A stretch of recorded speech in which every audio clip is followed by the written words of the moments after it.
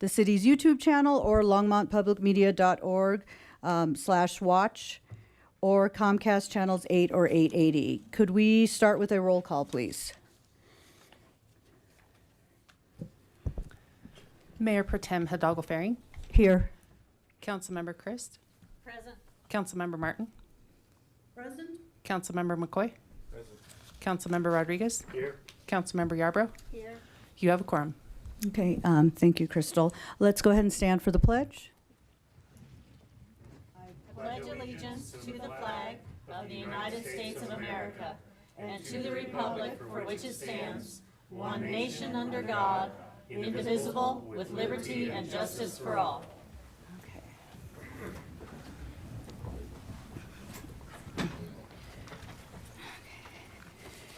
So, in accordance with the council's rules of procedure and the rules for providing public comment are as follows. Only Longmont residents and employees of the city of Longmont may speak during first call public invited to be heard.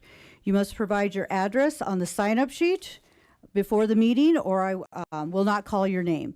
Each speaker is limited to 3 minutes. Anyone may speak on second reading or public hearing item. You are asked to add your name to the speaker list for the specific item before the meeting. Anyone may speak in final call public invited to be heard. And reminder, members of the audience shall refrain from disruptive, vulgar, and abusive language, applause, heckling, and other actions that may interfere with the orderly function of the council.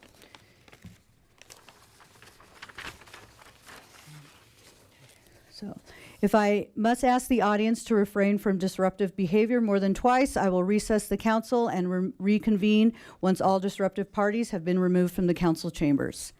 Okay, so let's go ahead and move on to the approval of the minutes for November 12th, 2024 regular session. So may I please have a motion to approve the minutes? And I see, hold on. Did it work? No.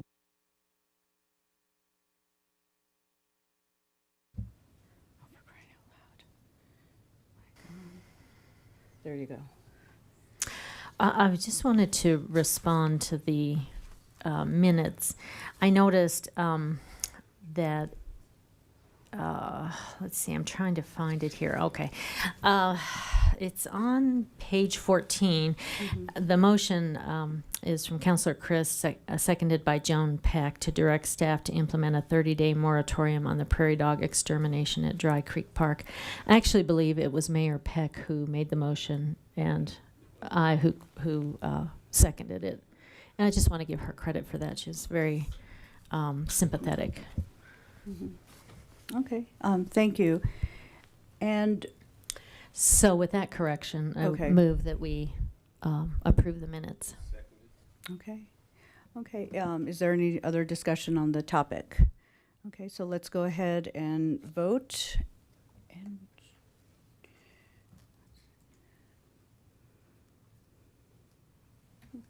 it's just saying not available. So, okay. It's not letting me. I refreshed it.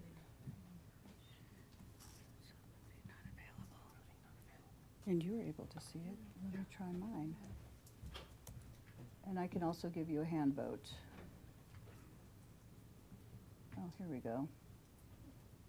I was able to do it on my laptop.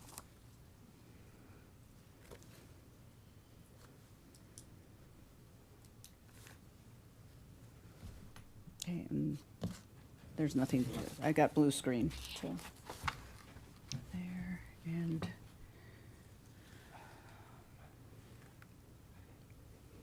It was approved unanimously. okay. Okay, thank you. So the motion was approved unanimously with 6-0 with Mayor Peck absent. So let's go ahead and go on to agenda revisions and submission of documents and motions to direct the city manager to add agenda items to future agendas. Are there any agenda revisions? Okay, are there any motions from council to add future agenda items? Go ahead. Mine is in regards to 9K, which is on the agenda for this, for today. And it's about the $1,000 set aside for the Parade of Lights float. And I just happened to participate in the Vision Zero task force yesterday, and I was reminded that the microtransit will be ready to go by the time our holiday parade occurs. And they're wondering if the vans could flank our float. And I just wanted to add that to 9K, if that's agreeable to Councilor Yarborough. Okay. Yeah. Is it? It was your motion. Yes. Yeah. So, Okay. Thank you. okay, so I guess the motion was to, Include amend? microtransit vans to flank the holiday parade float, Okay. which is part of 9K on our agenda. Okay, so, and Councilmember Yarborough seconds that. So let's go ahead and vote. All those in favor, say aye. Or, yeah. Okay, all those opposed? Okay, so the motion passes unanimously with Mayor Peck absent. Yeah, my tech isn't working. I know, so. Okay, well, I'm just going to move along. So, okay. And so now on to the city manager's report. Does the city manager have a report? Report, Mayor, Council. Okay, and then special reports and presentations, none. So now we're moving on to first call, public invited to be heard. So we'll start with the first person on the list, and you will be given 3 minutes. And please state your name and address before you begin speaking. So the first name we have is Robert Morris.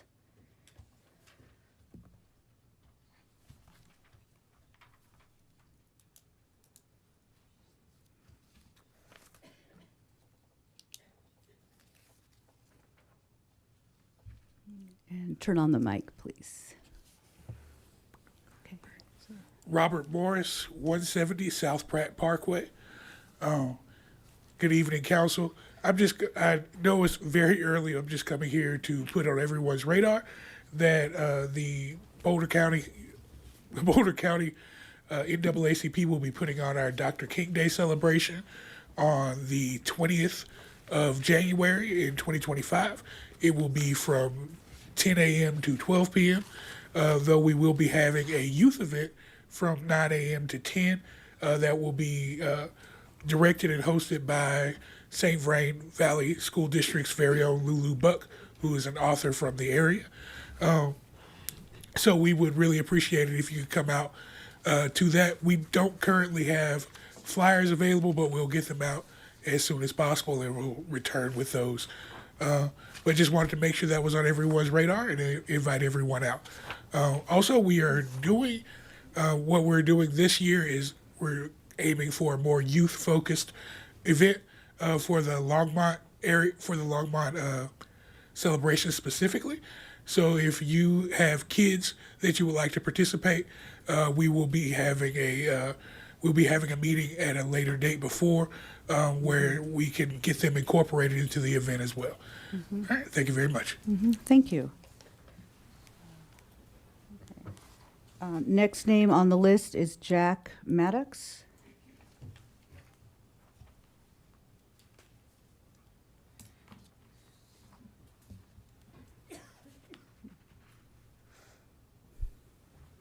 My printer kept jamming, so I only have one copy. Can I give it to someone? Thank you.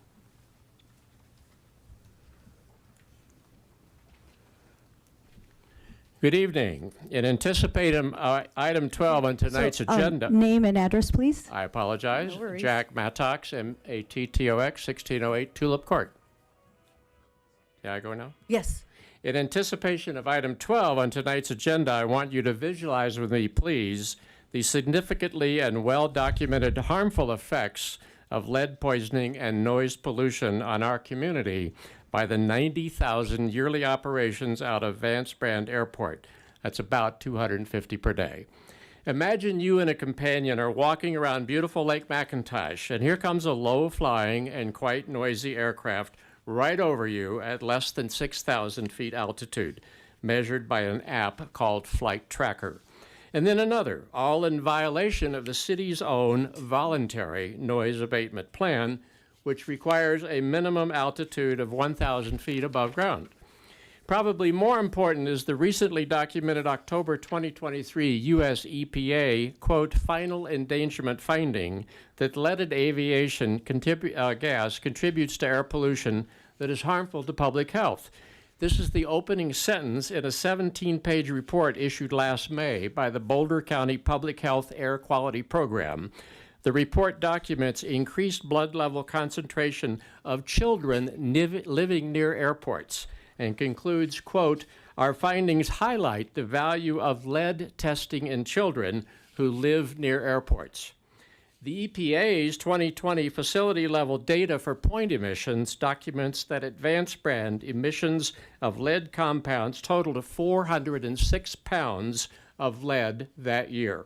And the CDC in Atlanta reports there is no safe level for lead in humans. Does this have to be the case?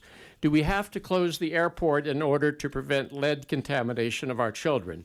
Not at all, because it is well known there is now available a lead-free alternative, G100UL, marketed by Vitol in Houston, currently in use in both Santa Clara, California county airports. This product has FAA approval.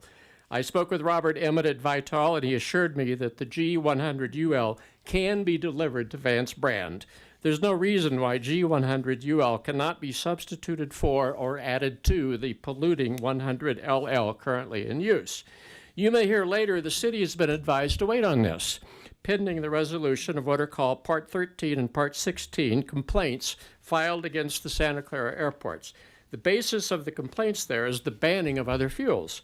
Merely filing a complaint does not halt in usage. I've spoken several times with the Santa Clara Director of County Airports, Eric Peterson, and as recently as yesterday with the airport manager, Karum Goum, who have verified they have not been told to suspend the sale of it pending Thank you. the sale. Thank you. Okay, next person, Chris Conklin. Oh, thanks, sure. Yeah, okay. Chris Conklin, 234 Francis Street. And I've lived in Longmont 22 years now. I've never had an issue with the airport. I mean, planes fly in, you hear them. It's like, once in a while it's loud, maybe like a Harley going by. As of this summer, everything changed. It's like I don't live in Longmont. I lived in another town. These airplanes, and we all know what it is, it's this flight school that was coming here. It's unbelievable that I have to stand up here and even talk about this, that this wasn't vetted before, how this was going to affect us. These planes are flying day and night, and it's not just, over certain neighborhoods. They're flying over the whole city on these touch-and-go landings. They go out, they touch and go, they come back, they circle over the city. Less than 1% of Americans are pilots. How can this less than 1% affect us like this? It's unbelievable. I'm just going to play you something that, over my house. I need to put my glasses on. This was done about 3 weeks ago. Wait a minute. Of course, I can't find it. Where the hell did I do it? All right, there it is. Listen. I live in Old Town. That was right over my house. All right.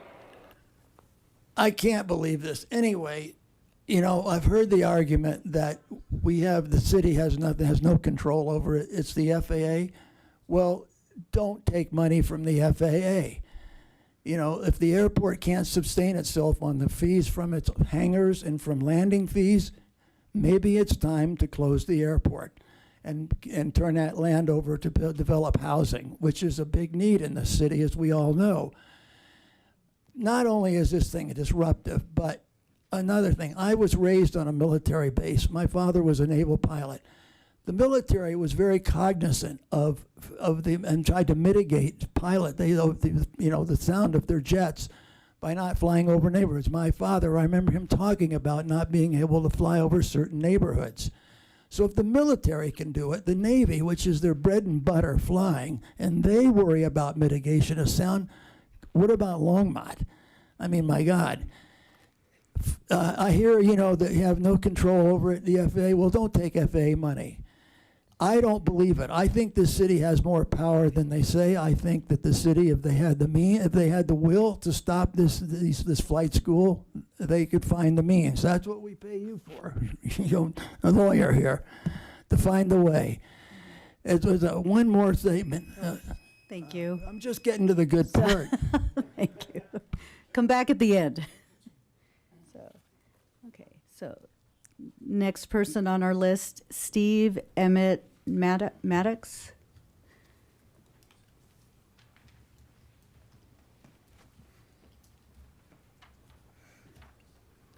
Stephen Emmett Maddox, 5833 Granville Avenue.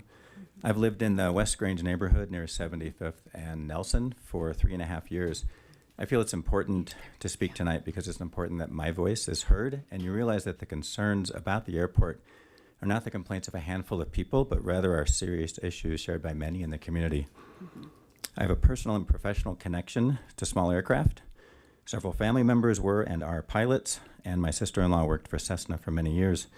In my previous job at a national nonprofit, I developed a relationship with Lighthawk, which nationally flies conservation missions, donating pilots and time, and I have nothing but gratitude and respect for those pilots. I'd like to offer my perspective on lead fuel and noise pollution.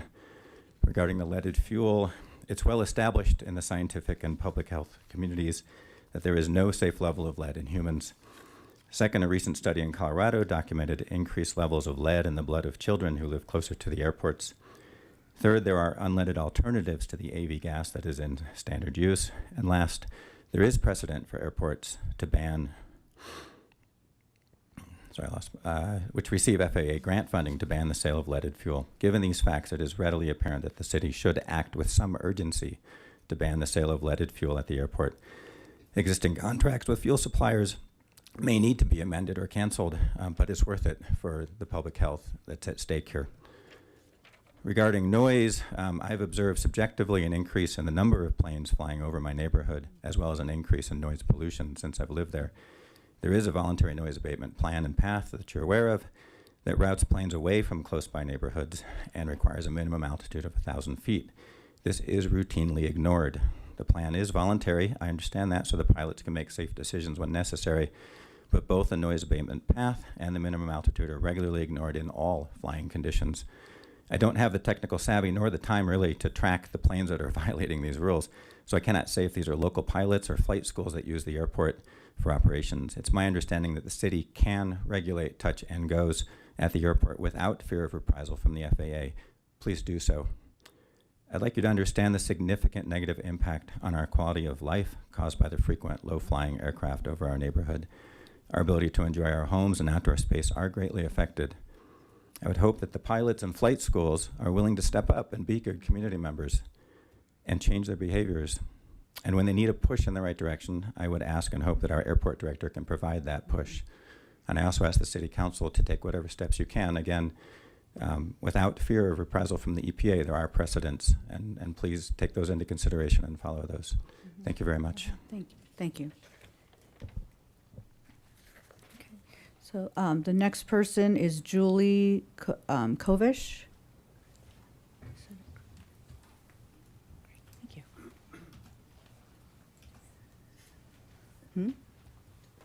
Okay.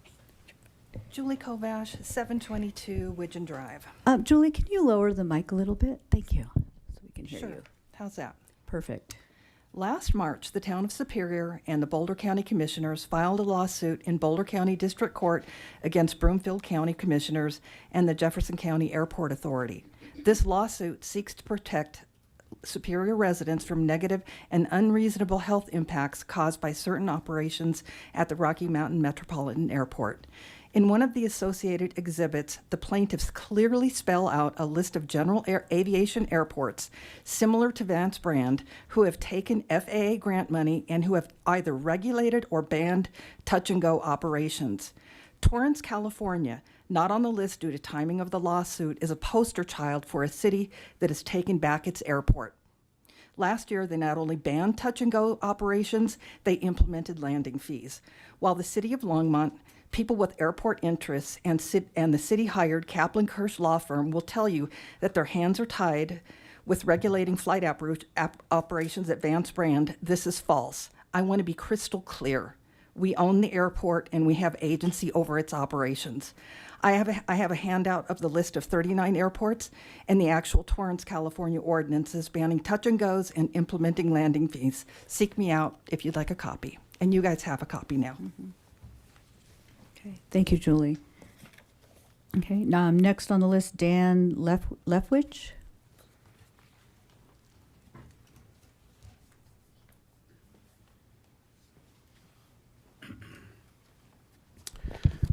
Council members, my name is Dan Leftwich, 775 West Grange Court in Longmont.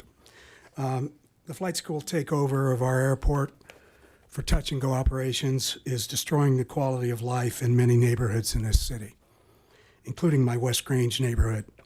I can recount times, even on Sunday, when there were 5 planes in formation over my house, very low. I won't repeat what others are saying about the damage that's being done. I think it's irrefutable.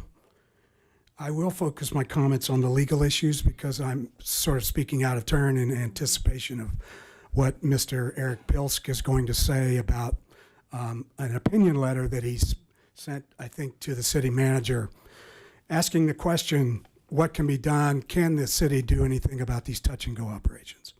I'm a lawyer, 30 years of complex litigation.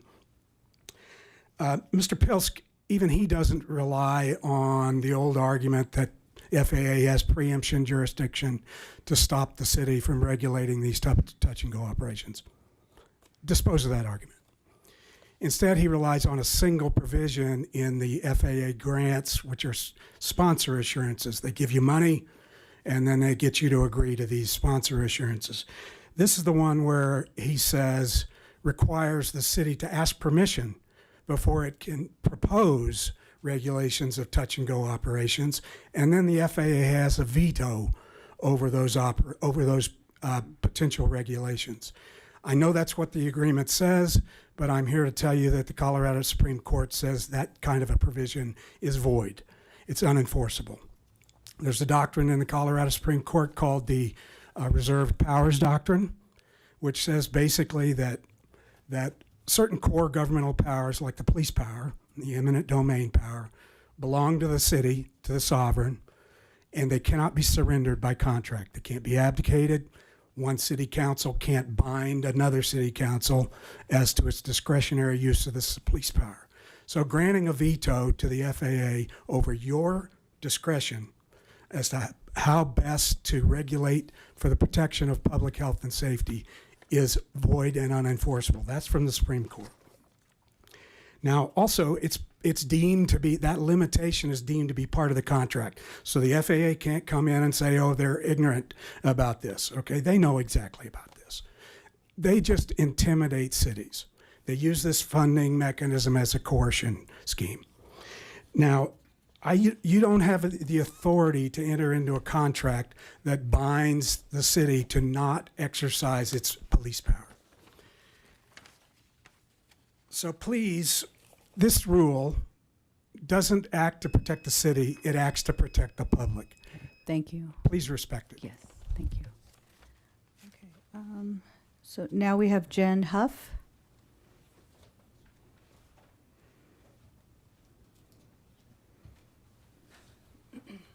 Hi, I'm Jen Huff, 10619 North 65th Street, and I'm here to talk about the property value depletion by what I'm calling the invasion of flight schools from RMMA. And I say invasion because it is like living in a war zone when you're in any part of their path as they're circling. I recently, in February, had a verbal sale of my home to my neighbor's best childhood friend who wanted to move home, and my property was perfect. I'm going to read you her letter. But again, our property values are being depleted by all of the activity. The letter reads, "Dear Jen, thank you so much for the opportunity to have a look at your place. When I was in town last February, there were so many aspects of it that were very attractive and suitable for me. The location near Boulder and Longmont and right across the street from my dear friend X.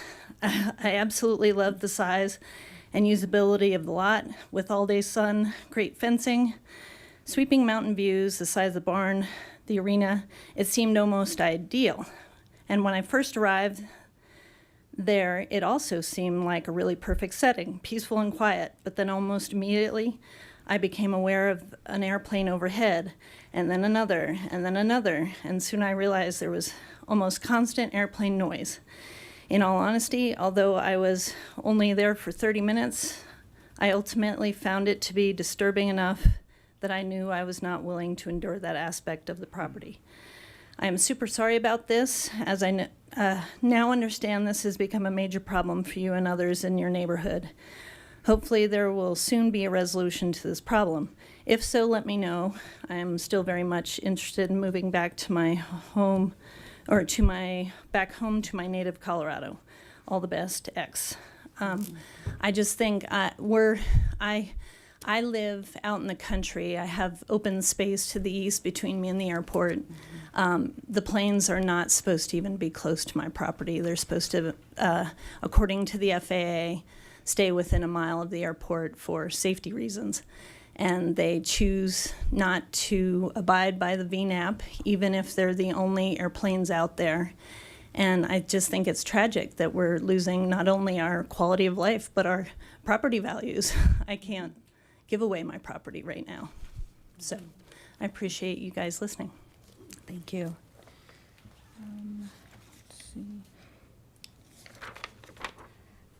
I think it says Howard Morgan.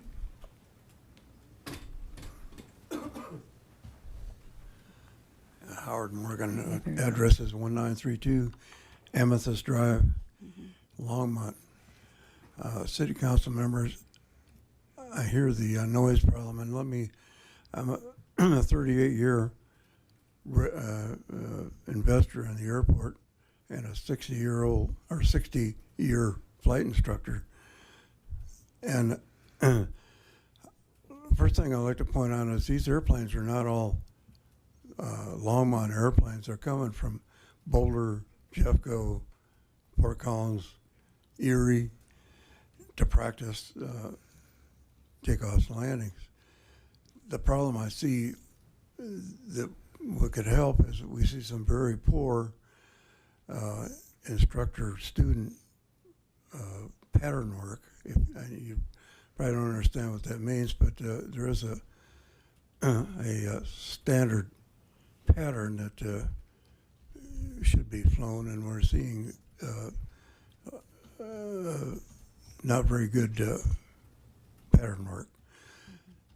So we can't tell these airplanes they can't come here, but we can certainly have the airport manager or some manager go to these various schools with a Airman's Information Manual, it's called an EIM, which specifies how a pattern should be flown. And if we can get these people to abide by that, it'll help considerably because they won't be flying over a lot of the city. So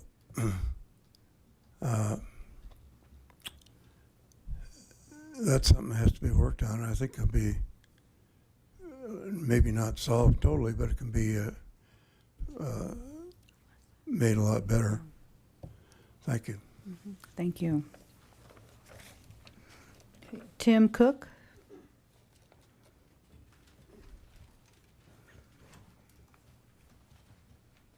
Tim Cook of 10741 North 65th Street, Longmont, Colorado.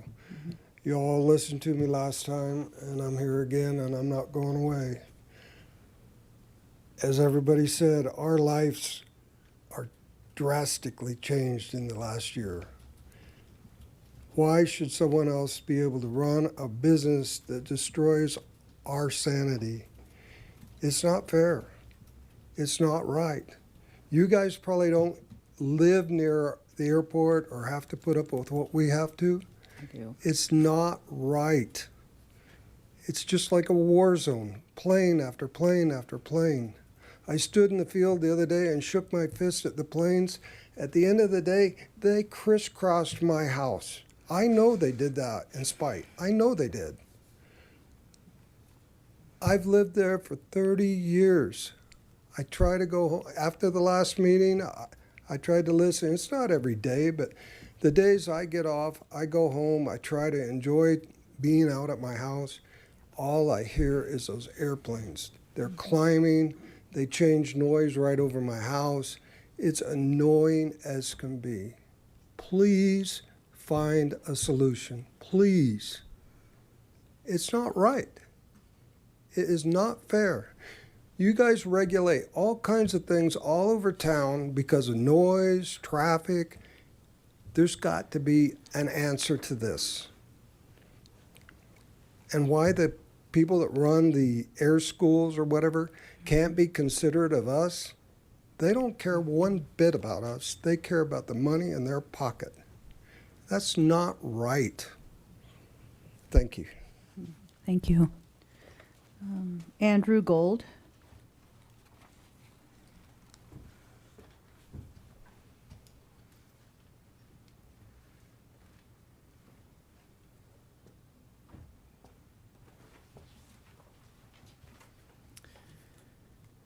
Good evening, council members. Andrew Gold, 1616 Naples Lane, Longmont, Colorado. I'm hearing a lot of, obviously, energy surrounding airport operations here in Longmont, and I'm here to talk about just a few of them. With respect to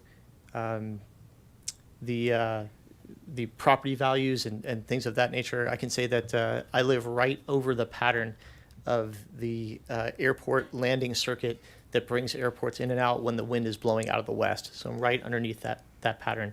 And I can tell you that developers that have smart investors and deep pockets have done the math, and the development in that area of Longmont is explosive.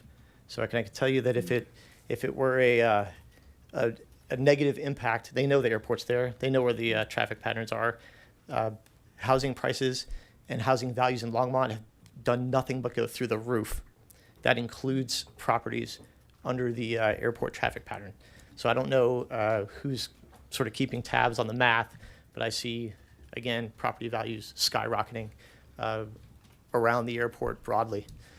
With respect to the unleaded fuels versus leaded fuels, I know it's been a lot of doom and gloom. One bit of good news is there's no less than 3 companies, one was mentioned tonight, that are working on alternatives to leaded aviation fuel, and that's coming. That's starting on the West Coast, and it's just bleeding its way over from the west to the east, and it's just a matter of time before the avgas is sunset and all the aircraft are moved to unleaded fuels. So that action is being taken collaboratively by industry as well as the FAA. So the good news is change is coming with respect to 100 low lead aviation fuel. Lastly, as a pilot that flies in and out of Longmont Airport, I want to say that we take our relationship with the community very seriously. Every time I land and take off, I try to make sure that I'm cognizant of what altitude I'm flying at and do my best to reduce any noise impacts on our communities. The reason why we're seeing such an uptick in aviation broadly is because there's a global shortage of both pilots and aircraft maintainers. So they're training all over the place, up and down the Front Range from Pueblo all the way to Fort Collins. So there's traffic increase because you're seeing an increased demand. Longmont is very lucky to have its airport. It's been here since 1945. It brings a lot to the community. And I understand that there's impacts with noise, but once that airport were to be gone, if it were to be gone, we'd be looking for a way to bring it back, and that way wouldn't be there. So I appreciate you. Okay, thank you. Strider Benston.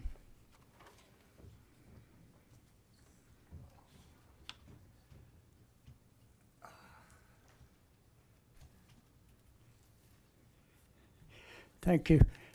Appreciate Strider Bston, 951 17th. This discussion is really important community input in a, in a system where we actually resolve and discuss things with public input and accommodation.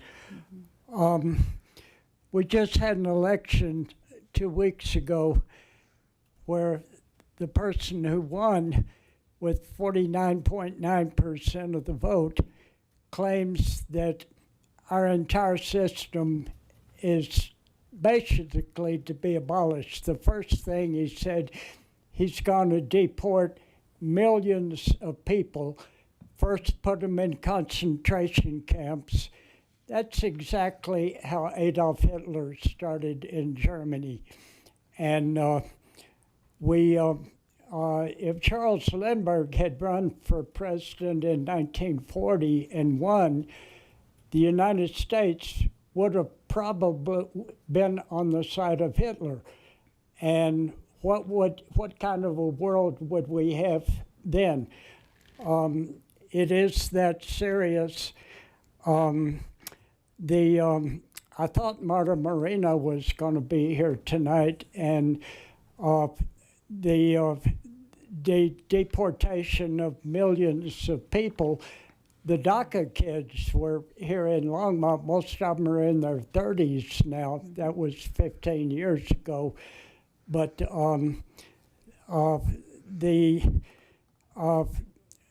Governor Polis and Governor Pritzker in Illinois are working on how do the states protect the people from the violence that's going to come down from Washington in the next 6 months to 2 years.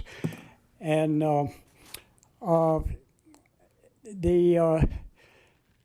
what is going, I mean, they said they were going to destroy the Environmental Protection EPA, and many of the factors, I mean, the Weather Service, NIST and NOAA are to be abolished by the forthcoming regime. And we may, if that happened in 1940, we may have exterminated the entire concept of a democratic republic, which we have the last 235 years, with all its flaws, and there are many flaws, we have lived under. Let's continue having a democratic republic. Thank you. Claire McCardle.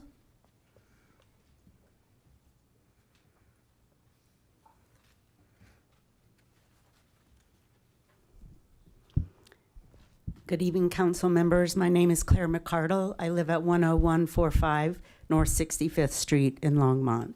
I'm here on behalf of our community to express concerns about the noise pollution caused by small aircraft operating as a part of the local pilot training program. It's well documented by respective organizations such as the World Health Organization, the National Institutes of Health, and Harvard Medical School that noise pollution poses serious health risks, contributing to conditions such as cardiovascular disease, type 2 diabetes, sleep disturbances, stress-related disorders, and cognitive impairments, including memory and attention deficits. Last summer, the disruption was especially severe, with planes beginning as early as 5:30 a.m. and continuing until after 10:30 p.m. on some days. This relentless schedule made it nearly impossible for residents to find relief, significantly impacting our daily lives. As a professional sculptor, I've spent decades creating a peaceful environment on my property where I hold classes and workshops for students of all ages.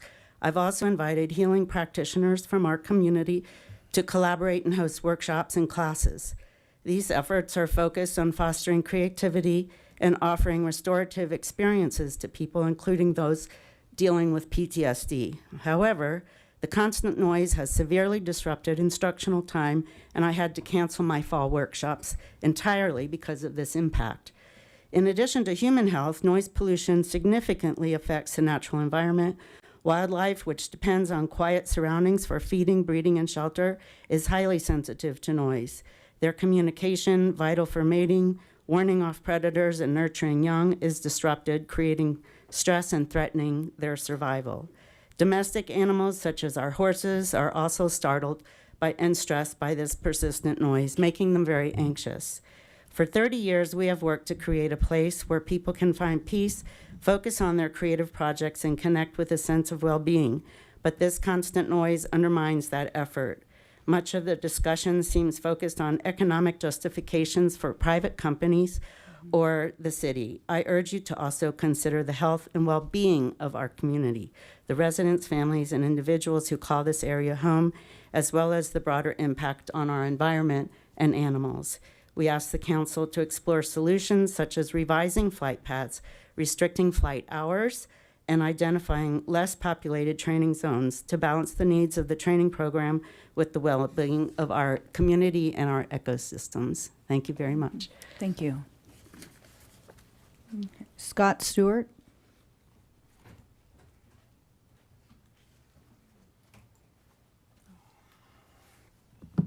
Scott Stewart. Scott Stewart, 229 Grant Street, Longmont.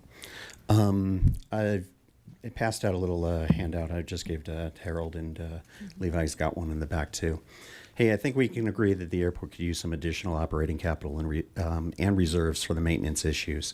Implementing a two-part non-discriminatory weight-based landing fee could provide the much-needed revenue for that the airport is lacking.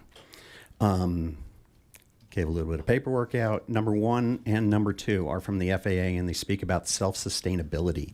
The airport has an obligation to maintain the infrastructure that is being paid for with these restrictive FAA grant monies.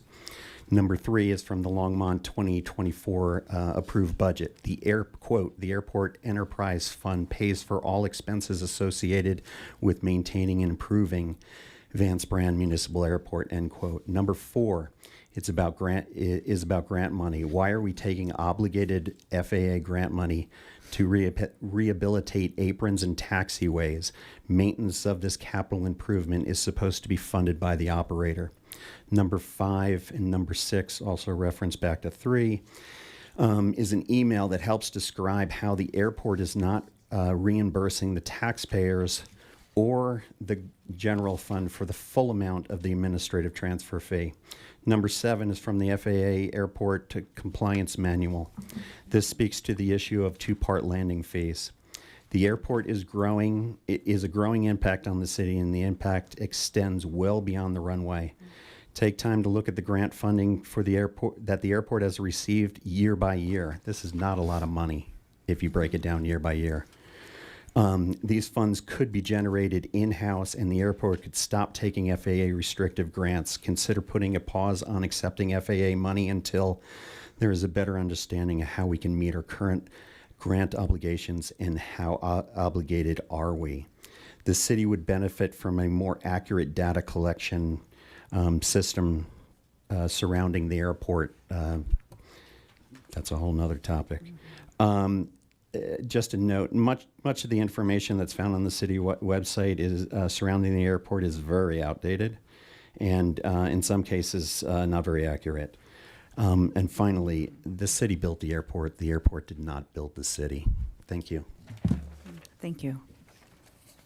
Let's see. Is this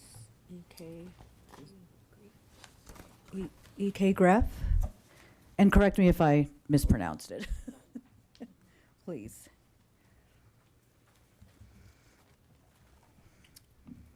City Council members, thank you. Mm-hmm. EK Grive 6024, St. Vrain Road. I read the mission statement for the City of Longmont, and it says our mission statement is to enhance the quality of life for those who live, work in, or visit our community.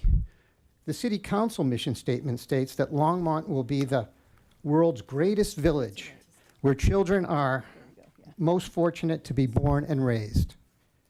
Looking at what is currently happening at the airport, both mission statements aren't at all in line with what we are experiencing with this airport behavior. Our quality of life is going in the wrong direction.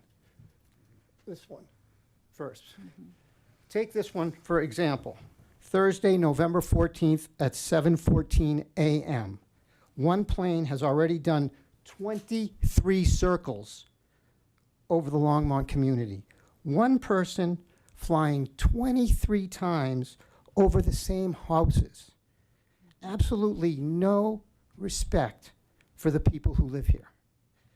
23 circles by 7:14, disrupting thousands on the ground. It's crazy and unfair and totally counter to the mission statements that the city has said. This summer, this was happening every day. Our next example, 8 planes on Sunday, November 3rd, 8:43 a.m. 8 planes circling in one small area. Sunday morning, families out, riding bikes, walking dogs, enjoying coffee on the deck, trying to enjoy the beautiful community we live in, and having to deal with this constant disruption. 8 planes. Is it even safe? 8 planes, totally unmonitored in a small area. What if there's an accident? Who's responsible? Is it the city? Is it the city council? I had no reasonable expectations of the impact the airport would have on myself and my property. The main question I have for you is, who does the city council prioritize? The citizens of Longmont who live here, pay taxes, and expect an exceptional, safe quality of life, like the mission statement says? Or is it the 30 or 40 people flying around in circles all day, polluting our skies, disrupting our peace and quiet, and frankly, putting our safety at risk? Let's roll back the clock 8 months to the way it used to be. An airport for the citizens of Longmont, an airport for the businesses of Longmont, and an airport in case we have an emergency. Let's not become the pilot training center of the Front Range. Thank you very much. Thank you. Jonathan Moore.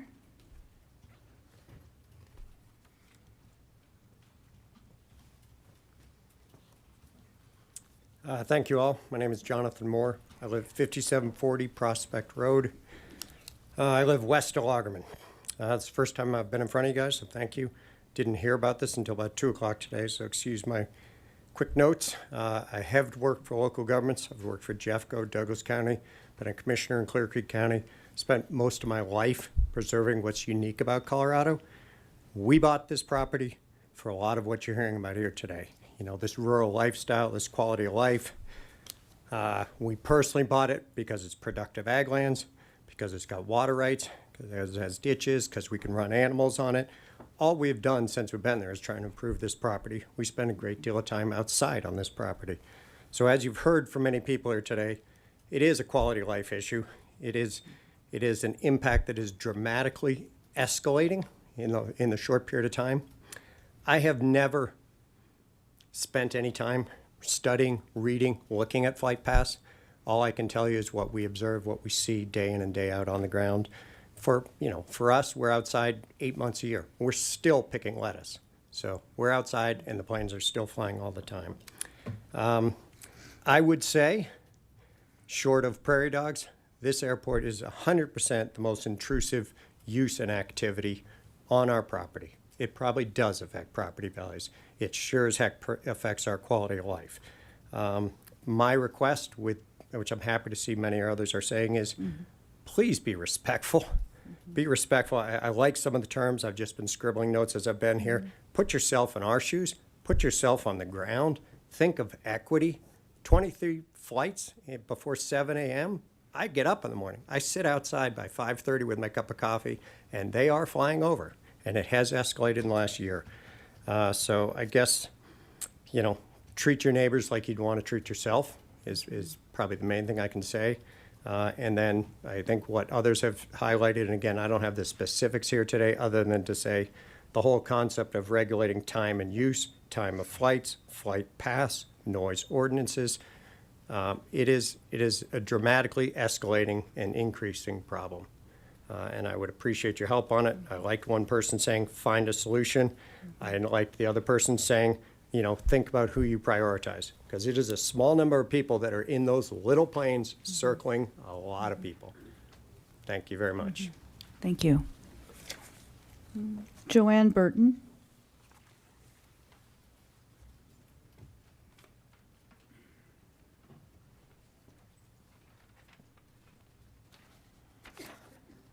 Joanne Burton, 713 Snowberry. Thank you for allowing the public voices to be heard. I have provided you with 2 documents. So the first document from my closing includes item number 15 in Schedule B, which references Vance Brand Airport. I think some of you are just picking that up. Recently, I requested the document referenced in my closing paperwork to better understand this process. Please note, this reference document was recorded in 2003, 7 years before my closing. You have that document as well. If you look, I am not the signee of that document. For those of you who know what it's like to be at the closing table, signing the pile of closing documents, you may understand how Schedule B15 did not present itself as significant. I'm not sure how legally binding these documents are, but I ask you, is this how we envision treating our Longmont residents? Thank you. Thank you. Ellie Schultz.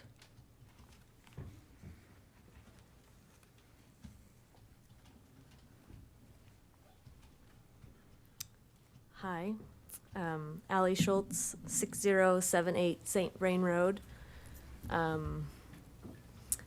I live on a 40-acre horse property. Could you lower your mic? Yeah, Thank you. I live on a 40-acre horse property we bought in 2020. 4 years later, and especially this summer, the air traffic is constant. It's before 7 a.m. It's after 8 o'clock at night, sometimes as late as 10 o'clock. I'm up feeding horses and letting them out between 5:30 and 6. And it is, the noise is drowning out birds. It's drowning out the sound of the breeze. It's a lot. And starting at 7, much like that map just showed, there are people doing consistent loops. Knowing that this meeting was coming and that I was coming to it, on Friday I started noticing, well, why don't I start tracking all the air traffic that's overhead? Because when I am sitting inside of my house, which is not a small ranch house on St. Vrain Road, I can hear the rumble and the constant drone of these planes. There is no place for me to really get away from the noise. Inside of my barn, with a giant commercial-sized air filter blowing, with the doors closed on a cold morning, all I hear at 7 o'clock is the drone of planes constantly overhead. And it does sound like a war zone. So Friday, I started documenting, I started taking pictures, I got video, and it was like the moment I would get one plane videoed overhead, there would be another plane going. The same thing happened Saturday, another nice day. Sunday was a little quieter, and yesterday, Monday, it all started again, like just consistent all throughout the day. To the point where it was like every 30 seconds there was a plane leaving the Longmont Airport and flying west over my property, and many of my neighbors. It is something I hope you take seriously, because we can't sit on our patio on either side. We can't have a phone call outside. We can't barely hear ourselves talk outside if I'm having a riding lesson midday. I cannot hear my instructor. It's a lot. And thank you for hearing all these voices tonight. And I hope a lot of these suggestions are taken seriously. So thank you. Thank you. Okay, so Ezra Galad.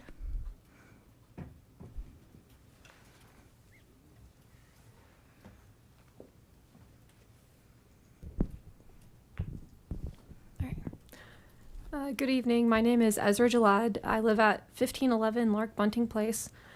I'm here to discuss the proposed changes to rates and regulations governing electric service, Chapter 14.32 of the Longmont Municipal Code related to credit paid for the net metering for from distributed solar generation. I want to highlight the significant negative consequences this decision would have both on those who have already invested in solar energy and those considering adopting in the future. First, the proposed reduction from 10 cents per kilowatt hour to 4.5 cents represents an alarming 58% decrease. This change dramatically devalues existing solar energy systems, undermining the financial stability of residents who have invested in the technology. Installing solar panels is not a casual decision. It is a substantial financial commitment. In Colorado, the average cost for a solar system is approximately $15,000 to $30,000 after incentives, with systems taking 10 to 15 years or longer to pay for themselves through energy savings. Many solar panel owners are already facing higher monthly costs compared to what they paid before installation. Financing a solar system typically entails monthly payments spread over 25 years. On top of that, there are grid connection fees, around $22 per month in Longmont, and additional charges for electricity when a system doesn't generate enough power to cover a household's energy needs. Even the current rate structure, this financial equation is a delicate balance. A drastic reduction in the net metering credits will make it nearly impossible for many homeowners to justify the investment in solar, creating a ripple effect that discourages future adoption. Second, reducing the net metering credit will devalue properties with solar systems. If potential buyers view solar systems as a financial liability due to reduced credits and longer payback periods, this perceived value could disappear. Homeowners like myself who made the investment in good faith could face unexpected financial setbacks should we need to sell our homes. Third, the decision undermines the broader goal of sustainability, grid reliance, resilience, and energy independence. Solar energy adoption reduces demand on the grid, lowers carbon emissions, and increases resilience during peak usage and emergencies. LPC has emphasized its commitment to renewable energies and reducing strain on the grid. However, this proposed rate reduction contradicts those goals by discouraging residents from adopting technology that directly supports them. Instead of penalizing solar customers, I urge the LPC to explore alternatives that strengthen renewable energy adoption. The decision you make on this proposal will have lasting consequences for Longmont's renewable energy goals, economic resilience, and financial well-being of its residents. Please reject the proposed reduction in net metering rates and instead choose policies that support clean energy, growth, economic equity, and sustainable future for all. Thank you for your time. Thank you. Yep, just on time. So, okay, John Bales.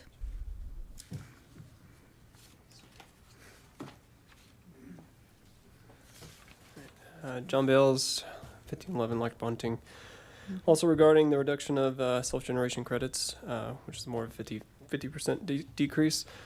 The city claims in a letter that we got to our house, they say the retail rate ends up costing non-solar customers almost $2 million over the next 15 years. And looking at that, now unless the city for some reason is selling our excess solar electricity to other providers at a lower wholesale rate, then this claim seems very misleading. What I think you mean to say is that you want to extort your solar customers of $2 million by reselling the energy reproduced for your profit rather than treating us like part of your grid. Instead, you'll treat us slightly better than the energy corporations. I'll give you an example. Currently, if I produce a megawatt of energy during the day, then I go to use that another megawatt of energy at night, then I currently owe you nothing. It makes sense. Give you a megawatt, you give me back a megawatt. Or even But under the new proposal, what I would only get back is less than half of what I give you is less than half of what I get back. I hand you $1, you give us back 50 cents. So now if you must proceed with these changes because of balancing the grid, like you have too much energy during the day, or I don't know, it wasn't explained, and you want to disincentivize future solar investments, then I ask that you make some additional considerations for existing solar customers if you choose to proceed. Alternative solutions, so you can grant residents that currently have solar rates, we can keep our rates for 30 years instead of 15 years as proposed to match the expected lifespan of solar panels. And also to ensure that property values are not degraded and devalued by this change, allow us to pass on this rate to people that buy our homes and maintain the same ending date. That way, the people that aren't looking at our homes be like, well, I can't use the rate. Well, your solar is basically useless to us. It will give us all peace of mind, even though I really don't want to sell my house. I love it here, but I think it would just be better to show that faith to your residents. And if there is a problem with residents overproducing to get a large paycheck at the end of the year, consider providing a wholesale rate just for the check, but for day-to-day use, month-to-month use, provide the retail rate. And we're your neighbors and residents. We're not big solar companies. Please, keep incentivizing this and don't betray us. Thank you. Thank you. Okay, and the last one on my list is Brett, and I'm trying to Headby? And correct me, I know I read it wrong. Okay. So I can't tell if it's a D or a B. Is that an L? Oh, yeah. Come on down. Okay, cool. Well, thanks. Good evening, council members. I think last time I was up here, it was 2:00 in the morning. Oh, yes. On a very similar topic, and this is so much nicer. Yeah, so if you could restate your name for my notes. Brett Heidkamp, 1151 Windermere Circle. So I guess there's quite a bit of talk about the pattern in the airport, and just, as a point that isn't being brought up, that's how people learn to fly. I mean, landing is one of the hardest things to do, and it takes student pilots quite a few tries to get that right. Mm-hmm. I can understand that people are frustrated with it. I can also understand that people would be equally frustrated getting onto a commercial airline with a pilot that really hasn't landed all that much. So somebody has to learn it at some point in time. It's important when it ends up being directly affecting somebody taking a commercial flight. Anyway, biggest thing was, I think the unleaded fuels, that is going to resolve itself. Like we've talked about how the unleaded fuels are being produced. And it's a matter of time before they're here. However, realize that as a pilot, you don't pull up to a fuel pump and have a choice between unleaded and leaded and go, oh, I think I'll take the leaded fuel this time. It doesn't work that way. And the airplane itself, the engine has to be certified to burn that unleaded fuel. So right now, our hands are tied. If we had unleaded fuel, we wouldn't be able to fill with it. We'd go somewhere else, fill up with low lead, and then come back to the airport with a full plane. So it's not like you can wave a magic wand and say, let's all do unleaded fuel, everything's great. It doesn't work that way. So that's something else to consider, and I'm sure that Levi will talk about a lot of that later. A lot of this has been covered. So, one thing to bear in mind, both airplanes and cars have mufflers. There's no way to legislate out the noise. The 1,000-foot AGL, somebody was talking about the planes are 1,000 feet or lower. The pattern is 1,000 feet. So that's the altitude you're supposed to be flying. That's also a distance from developed properties that you're supposed to be above. So planes that are under that are like violating rules, and there's a whole nother regulatory body that can get involved in that. But as far as 1,000 feet thing, that's what that pattern's at. Somebody doing endless laps around it, I don't know what you guys can do to legislate that. I mean, it's going to be a challenge. So there's nothing that's a simple solution.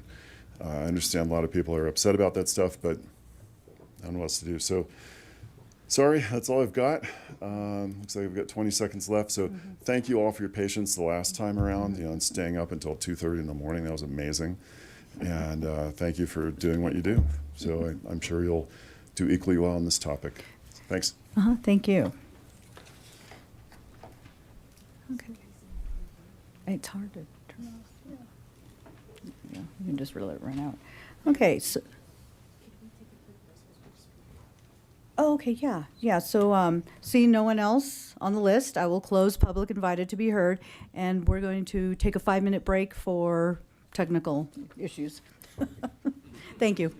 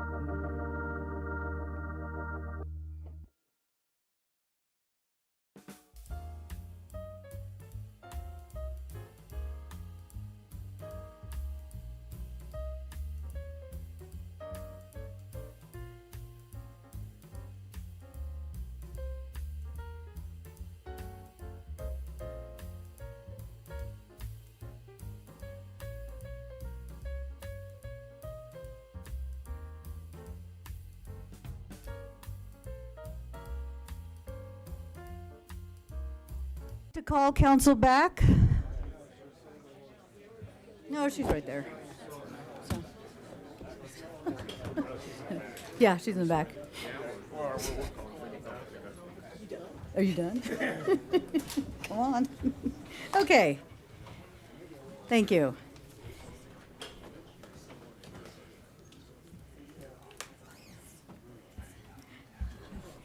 Yeah.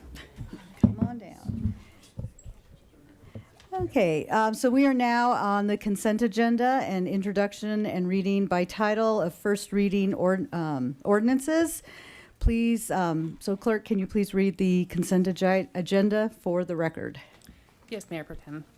Second reading and public hearing for all ordinances introduced on this consent agenda will be held on December 3rd, 2024.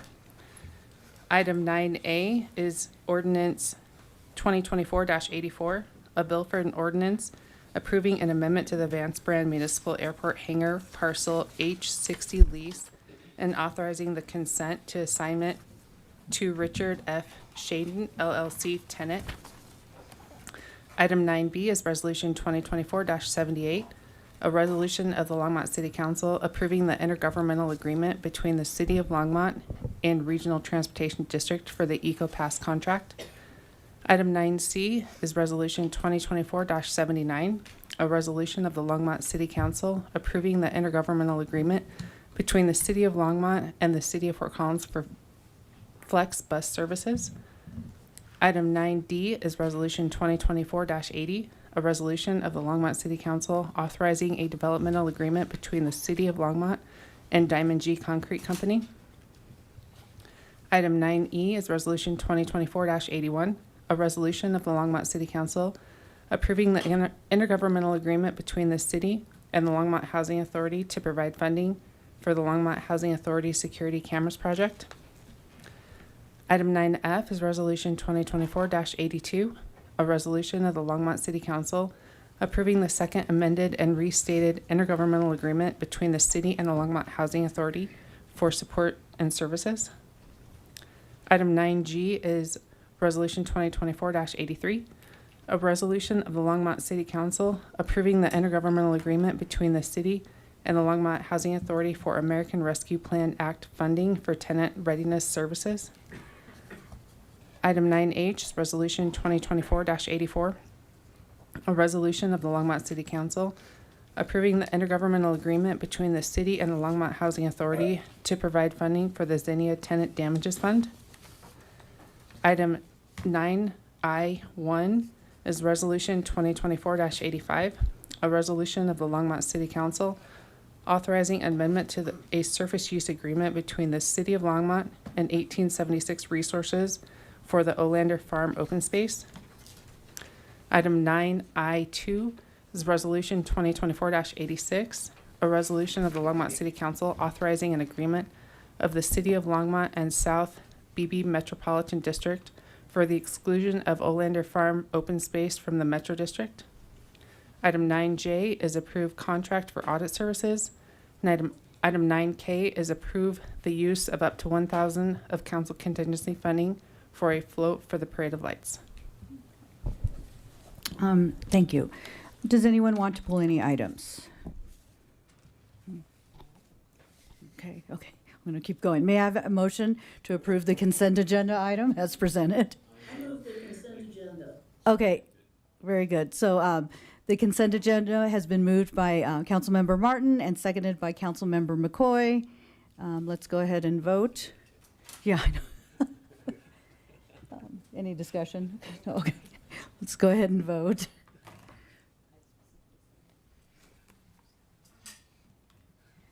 Okay, so the consent agenda is approved unanimously, minus Mayor Peck. She's absent today. So now let's go ahead and move on to item 10, ordinances on second reading and public hearings on any matter.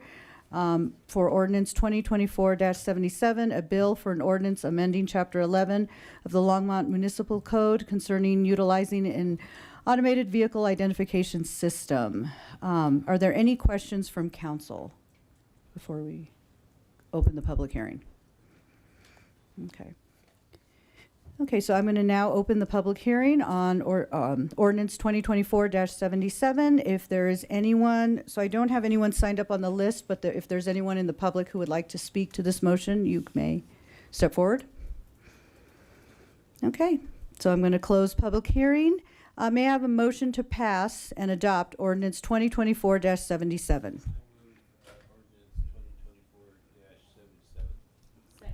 Okay, so the motion to pass and adopt has been moved by Councilmember McCoy and seconded by Councilmember Christ. Let's go ahead and, would anyone like to discuss? Okay, so let's go ahead and vote.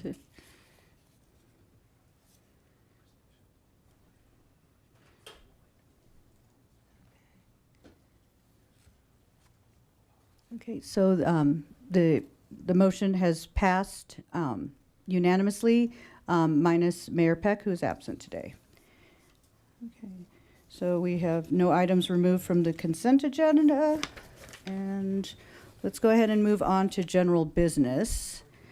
We have item 12A, the Vance Brand Airport discussion. Good evening, Mayor Pro Tem Hidalgo Ferry and members of council. Joni Marsh with the City Manager's Office.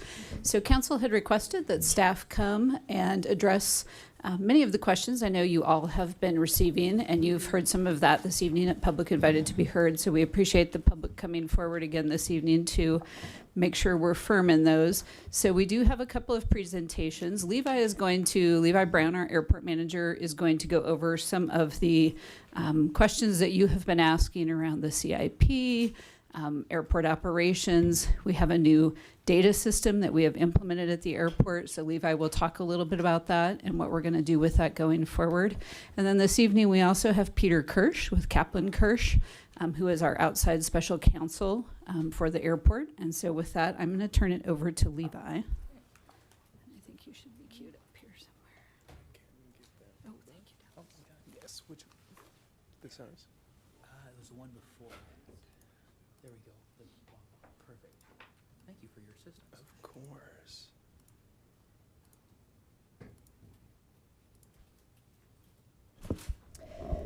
Also, if I may add, council members, just a note that our airport advisory chair, Harrison Earl, is here along with Melinda. And certainly if you have any questions of the board, they would be happy to step forward and assist. Good evening. As mentioned, I'm Levi Brown, the airport manager, and I have a quick little presentation with some highlights of the airport and some basic data that'll hopefully give us some insight into some of the questions you've been getting recently. Right, airport operations. So last year, we kind of submitted a number to the FAA for airport operations, which in my best estimate wasn't amazing. So we started looking at better ways to start tracking kind of what was going on at our airport. So we actually contracted with a company called Airport Monitoring Systems to start actually physically taking account of all aircraft coming in and out of our airport. This is brand new technology. As of 2018, the FAA started mandating ADS-B in aircraft. Essentially what that is GPS tracking for all aircraft. So the technology is now at the point where we can actually put out antennas and actually count planes that are coming into our airport. This is great because it's all kinds of great data on who's coming in, when they're coming in, even down to what they're doing. So this is just a snippet of our first page on our Power BI interface that we have for that. And this gives a general idea of kind of what's going on. So as you can see right here, it's just looking at this year, so far we've had 112,000 operations at the airport. An operation is a takeoff or a landing or an overflight of the airfield. So it could be any one of those things. So that's not counting planes, that's an operation that occurred. All right, and just as a little point of data here, you can see, it's a great system that shows that our two busiest days are Tuesday and Wednesday. This interface has a total of 28 pages with tons of data that they're giving us as the city. It's great. All right, a little review on CIP projects that have been going on at the airport. A little bit of look at the past here. Starting 2020, we did a big erosion control program out at the airport. That used federal funding. That was a $535,000 dollar federal grant that we got for that project. Reroading some drainage around the airfield to get out of the runway protection zone. 2022, we did the Southwest Sewer Project out there at the airport. That was the first project I, as airport manager, was a part of. Out here, we were very fortunate to get a 50% state grant for that. Usually the state doesn't invest heavily into infrastructure kind of grants like that, and we were very fortunate to get quite a bit of money out of that. That was a total of a $722,000 project, so that was a big chunk of change that we got from the state. It was really nice. This year, 2024, we have the wildlife fence completion and the pavement rehabilitation project going on. Pavement rehabilitation is probably going to be pushed into 2025, but the wildlife fence project is moving forward. Currently, we had the pre-construction meeting this morning, went out and walked the lines, and finally, yay, we'll have a completed wildlife fence around the airport. Alrighty. Looking to the future, the next big project for the airport is going to be the taxiway A South reconstruction. We had to split that into two phases, phase 1 and phase 2 in 2025, 2026. That's going to be about $900,000 per phase. So that's going to suck up quite a bit of the airport's money for the foreseeable future to get that pavement rehabilitated, unfortunately. In 2028, we do have a master plan planned for now.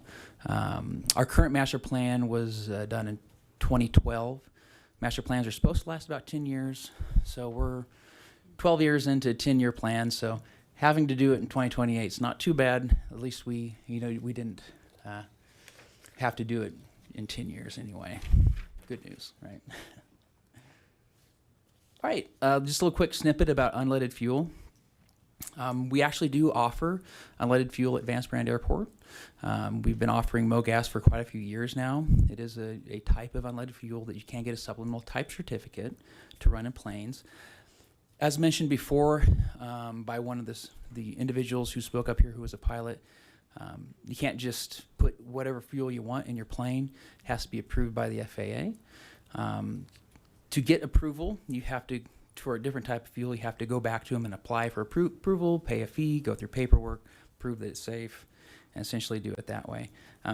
We do offer MoGas as an option currently where you can do that and get an unleaded fuel.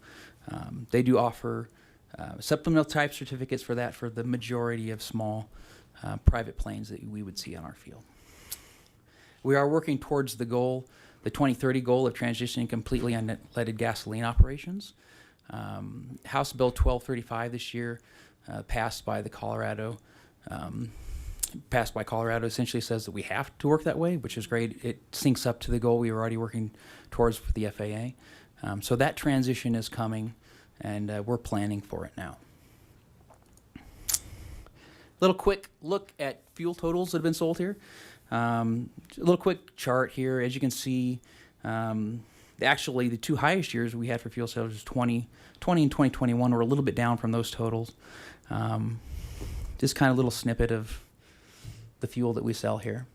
So 2023 we sold 144,780 gallons.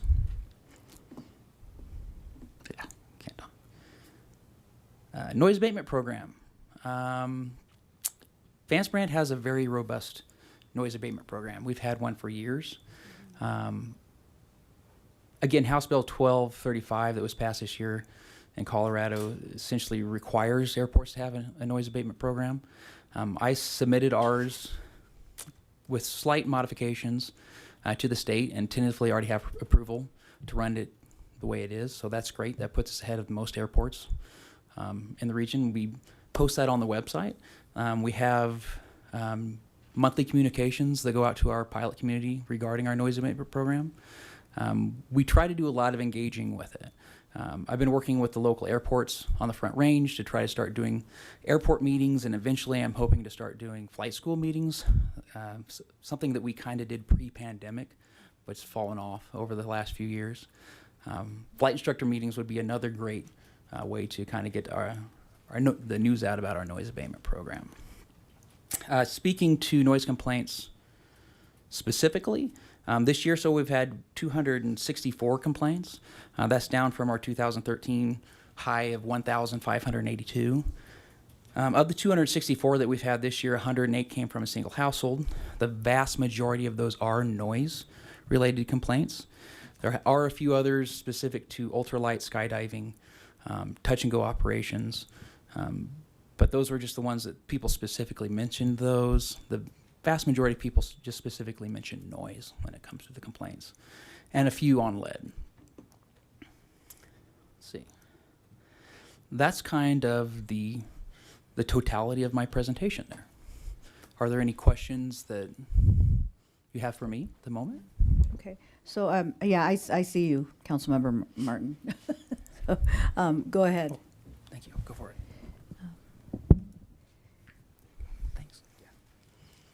Thank you, Mayor Pro Tem. Levi, I have several questions.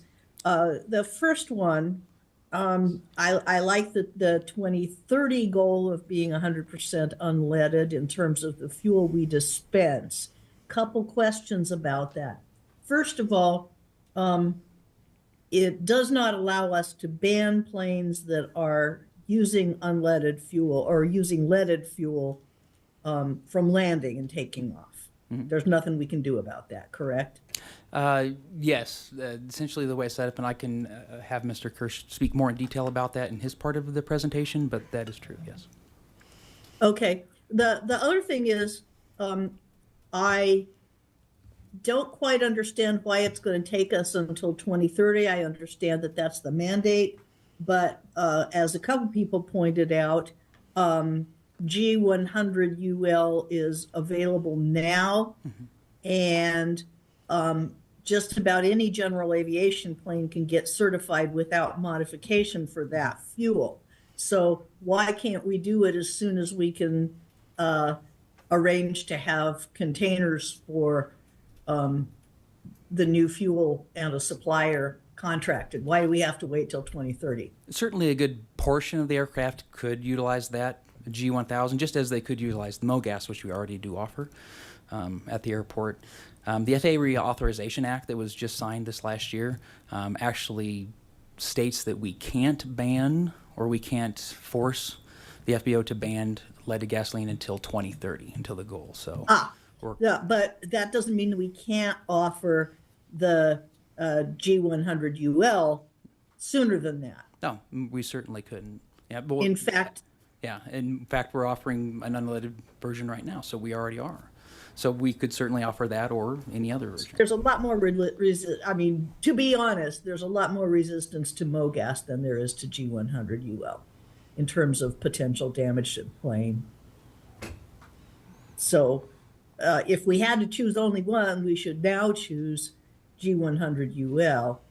I think, and if I'm wrong, you can tell me why, but I understand we can't ban ordinary avgas yet until 2030, and then we can stop providing it. But why can't we provide the good stuff sooner? That's my question. We certainly could provide G100. We as the airport actually don't distribute fuel. It would have to be a kind of a cooperative. Yeah, the FBO has to do that. With the FBO. G1000 or the Swift version also, they make 100 octane also, or there's also Texas Racing Fuels, I think is the name of the company that offers one also. So, we do have the Sustainable Aviation Resolution, which I would interpret to essentially mandate us to go faster in terms of dispensing sustainable fuels and upgrading the services of the FBO. And I understand that there are efforts underway to upgrade the FBO, and I don't want to get into the details of that because I really shouldn't. But what's taking us so long? It's been a couple of years now, more than 2 years, since there's been a resolution in place that dictates that we do this, and it's not really close to happening yet. It's all the time. It's transitioning, so it's moving that direction. Something else to point out is our current 100 low lead tanks or underground tanks, which we're we will need to be phasing out soon, so that could also fold in well to this transition that we have to accomplish by 2030. Okay, thank you. And I have one more question on the other subject, which is the new tracking equipment, which I don't know anything about. But the question that I have about that new tracking equipment is included obviously it's counting flights, overflights, touch and goes, and actual landings and takeoffs. Is it collecting data about the specific planes, such as tail numbers, so that we could actually bill for landing fees if we chose to adopt them? Yes. Does it collect that much It does information? collect that much data, and it can be utilized that and has been utilized for that in the past. There's other obstacles that were kind of have to be considered when you're talking about, landing fees and stuff like that, but that could also be another whole conversation. So, yes, but yes, it could be. Yeah. I understand about landing fees that it's not as easy as Scott thinks it is, and it's also not as hard as perhaps some other people would say it is, but I do know that the certain municipal airports have adopted landing fees and had the FAA say, no, you're doing that for bad reasons, like discouraging student pilots, and rescinded the right for us to charge it. So I understand. I want to get it out there that this is a delicate subject, but we do have the equipment to do it now. Yes, we are tracking the overwhelming majority of aircraft coming into the airport now. Okay. Yep. Okay, thank you. The last thing that this is not a question, I just want to point out that many of the people who spoke have the belief that we have a lot more power than we have in terms of what happens at the airport. Can you just confirm that it really truly is mostly regulated by the FAA? There is a lot of federal regulation that we deal with, and as mentioned kind of before, it is a voluntary noise abatement program because that's what we're allowed to do.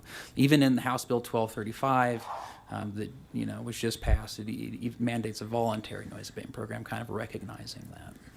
Sure, and in particular, we don't have to give those student pilots permission to fly over our airspace or do touch and goes on our runway. No, we don't. Think of the runway much like a public road. That's kind of how pilots have access to it. There does seem to be a misconception that I come across quite a bit that we approve or we schedule flights, and we don't. We're kind of the stewards of the airport, but it is a public piece of asset or concrete out there. Okay, thank you, Levi. Mayor Pro Tem, if I can jump in on the question of fuel, I think the point was made. The city is not, but I wanted to reiterate this, the city is not the fuel provider. That is done via contract with the FBO. So if council wants us to move in that direction, we would, and I don't want to play attorney here because I'm not, but I would assume that we would have to enter into contract negotiations with the FBO in terms of this other option as we look forward, because we do have an existing contract with the FBO operator who is the fuel provider. Okay, thank you. And I would just like to stick in before somebody else gets the floor, and I realize I sort of gave it up by saying thank you. But I would like to get the city manager to acknowledge that when it's time to negotiate the next FBO contract, the sustainability resolution pretty much requires that we include those in the FBO's contract. Correct. And as we've had conversations, I think we've been very clear in terms of the fact that council policy direction is the sustainability resolution that council adopted. So that has to be taken into account when we're looking at other future contracts. Okay. Thank you again. Okay. Councilmember McCoy. Thank you, Mayor Pro Tem. Levi, so the community kind of understands. I know you're in the process of communicating to these other flight schools. What's been the flavor of the conversation with our current flight school here? Are they?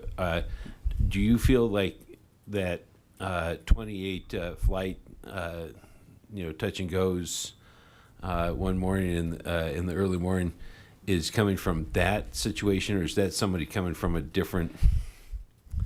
That's hard to say. I mean, yeah. In that particular instance, I understand that's hard to say, but is that the largest percentage of? It's looking in without having the exact data. In fact, right ahead of me, just what I recall from the charts as I was reviewing them before. Approximately half of our traffic at the airport is purely flight schools, and the other half would be private operations, charter, individuals flying their own personal planes. So there is a high volume of flight training at the airport. Yes. Sure, but do we think the bulk of that flight school is from our locale? It's a split. A lot from Denver and from here also. We do have a large chunk that's coming straight from this airport. We do have a large piece that's coming from Denver. They're about comparable. Is there some sort of requirement that they have multiple different experiences landing at different airports? Or? They are actually in their flight training. They are required to go to different airports. They're required to train in different environments. They're required to do cross countries, travel from their home airport too. And what benefit does that do? Just familiarity with the wind patterns, or that? Well, as with anything that else you would train in, they're looking for a broad experience. So they're looking for you to operate from a controlled tower, looking to operate from an uncontrolled tower. They're looking at your flight planning purposes. So they when they set these standards for students, they do kind of go through all of these things that they want you to know. And going to different airports is part of that. And certainly that's part of why we would be seeing traffic. Another reason of why we would be seeing traffic is, just practicality.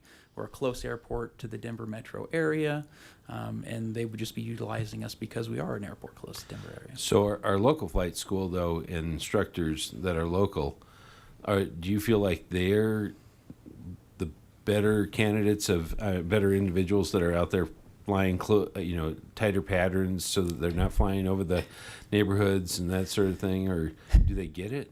And now we're getting into the discussion of individual pilots and trying to wrangle all of them. To speak from experience, so I used to actually run a flight school. So I'm familiar with the endless struggle of essentially trying to keep people to standard. It's like, here's about the patterns you should be doing. Here's, the FAA's recommended, work, what you should be doing, the ways you should be flying, the altitude you should be at. For the most part, with enough work, you can keep those standards pretty good. But then there's always, there's never going to be 100% control. And at the end of the day, we can do the best we can for that. If anyone's breaking regulation, of course, that would be a responsibility of FAA to regulate that. Now, I understand that our jump skydiver group, that large Twin Otter plane, has been asked to use a couple of different patterns so that it's not always flying over the same rooftops. And I know there was actually being followed. I know there's back in 2015 that there was even more talk about their operations here. From my experience and my observations of them, their pilots tend to be pretty professional and very efficient with their patterns. They spend as minimum time as they possibly can, kind of hovering around down low, if you will. In fact, that was one of the conversations we had when we had a meeting with Mile High McAir Flight School and Broomfield and Aerosphere here was essentially safety, spacing, operations to get them in and out without having them linger or wait. So yes, they're professionals. They're pretty good at what they're doing. If the general flying height is at least a minimum of 1,000 feet, what's the general skydiving height of when they drop? That I'm unsure about. I don't have any experience with jumping operations. Okay, so we don't know where they would typically drop off people. What level? Altitude, I'm not sure about. No. Okay. It is very high, though. Oh, okay. Yeah. Okay, so it would probably be considerably higher than 1,000. Oh, yes. Yes, much higher. Hey, I'm just here to learn. I'm just here to learn. Okay, thank you. Do we have other council members that wanted to comment or weigh in before I do? Okay, so I did receive an email from the mayor, so she gave me a list of questions to ask of you, so I told her I would. But I want to address some of the comments, and I can attest, and I don't live really near the airport, but north, near Lake McIntosh. And, but in the older homes. We're in the little janky homes. But anyway, so, we are hearing airplanes at 6 o'clock in the morning. We're also hearing them, the other night it was close to 11 o'clock at night. So, and I don't know a lot about flights, and so if anyone from the advisory board wants to speak to this, or you can correct me if I'm making the wrong assumptions. But isn't there some kind of like air traffic control that kind of regulates, when planes can come in and when they can't, or is it just kind of, if the open space is open, they can just kind of motor on through? So kind of the best analogy is like a public road. Okay. So that is kind of the best way of treating it. You come and utilize it when you wish, as long as you're following the rules of the sky, if you will. Mm-hmm. And currently we don't have operating hours. Well, we do not. Yeah. We do not. So I mean that would be something that's been kind of lingering in my mind for several months now. I would like to see operating hours. And that's something that Mr. Kirsch is also here, and he does have a whole presentation also kind of in the legal ends of stuff too. Okay. Okay, so I guess we can address some of the legal questions when he speaks. Mayor Pro Tem, I was going to suggest that we probably move into Peter Kirsch's presentation, because I think some of the questions are now crossing into to this side, so it may help to go through his presentation, and then we can circle back. Then we get back into some of these questions. Okay, great. Thank you. All right. Ready?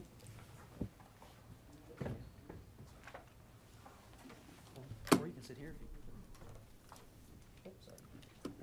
Mm-hmm.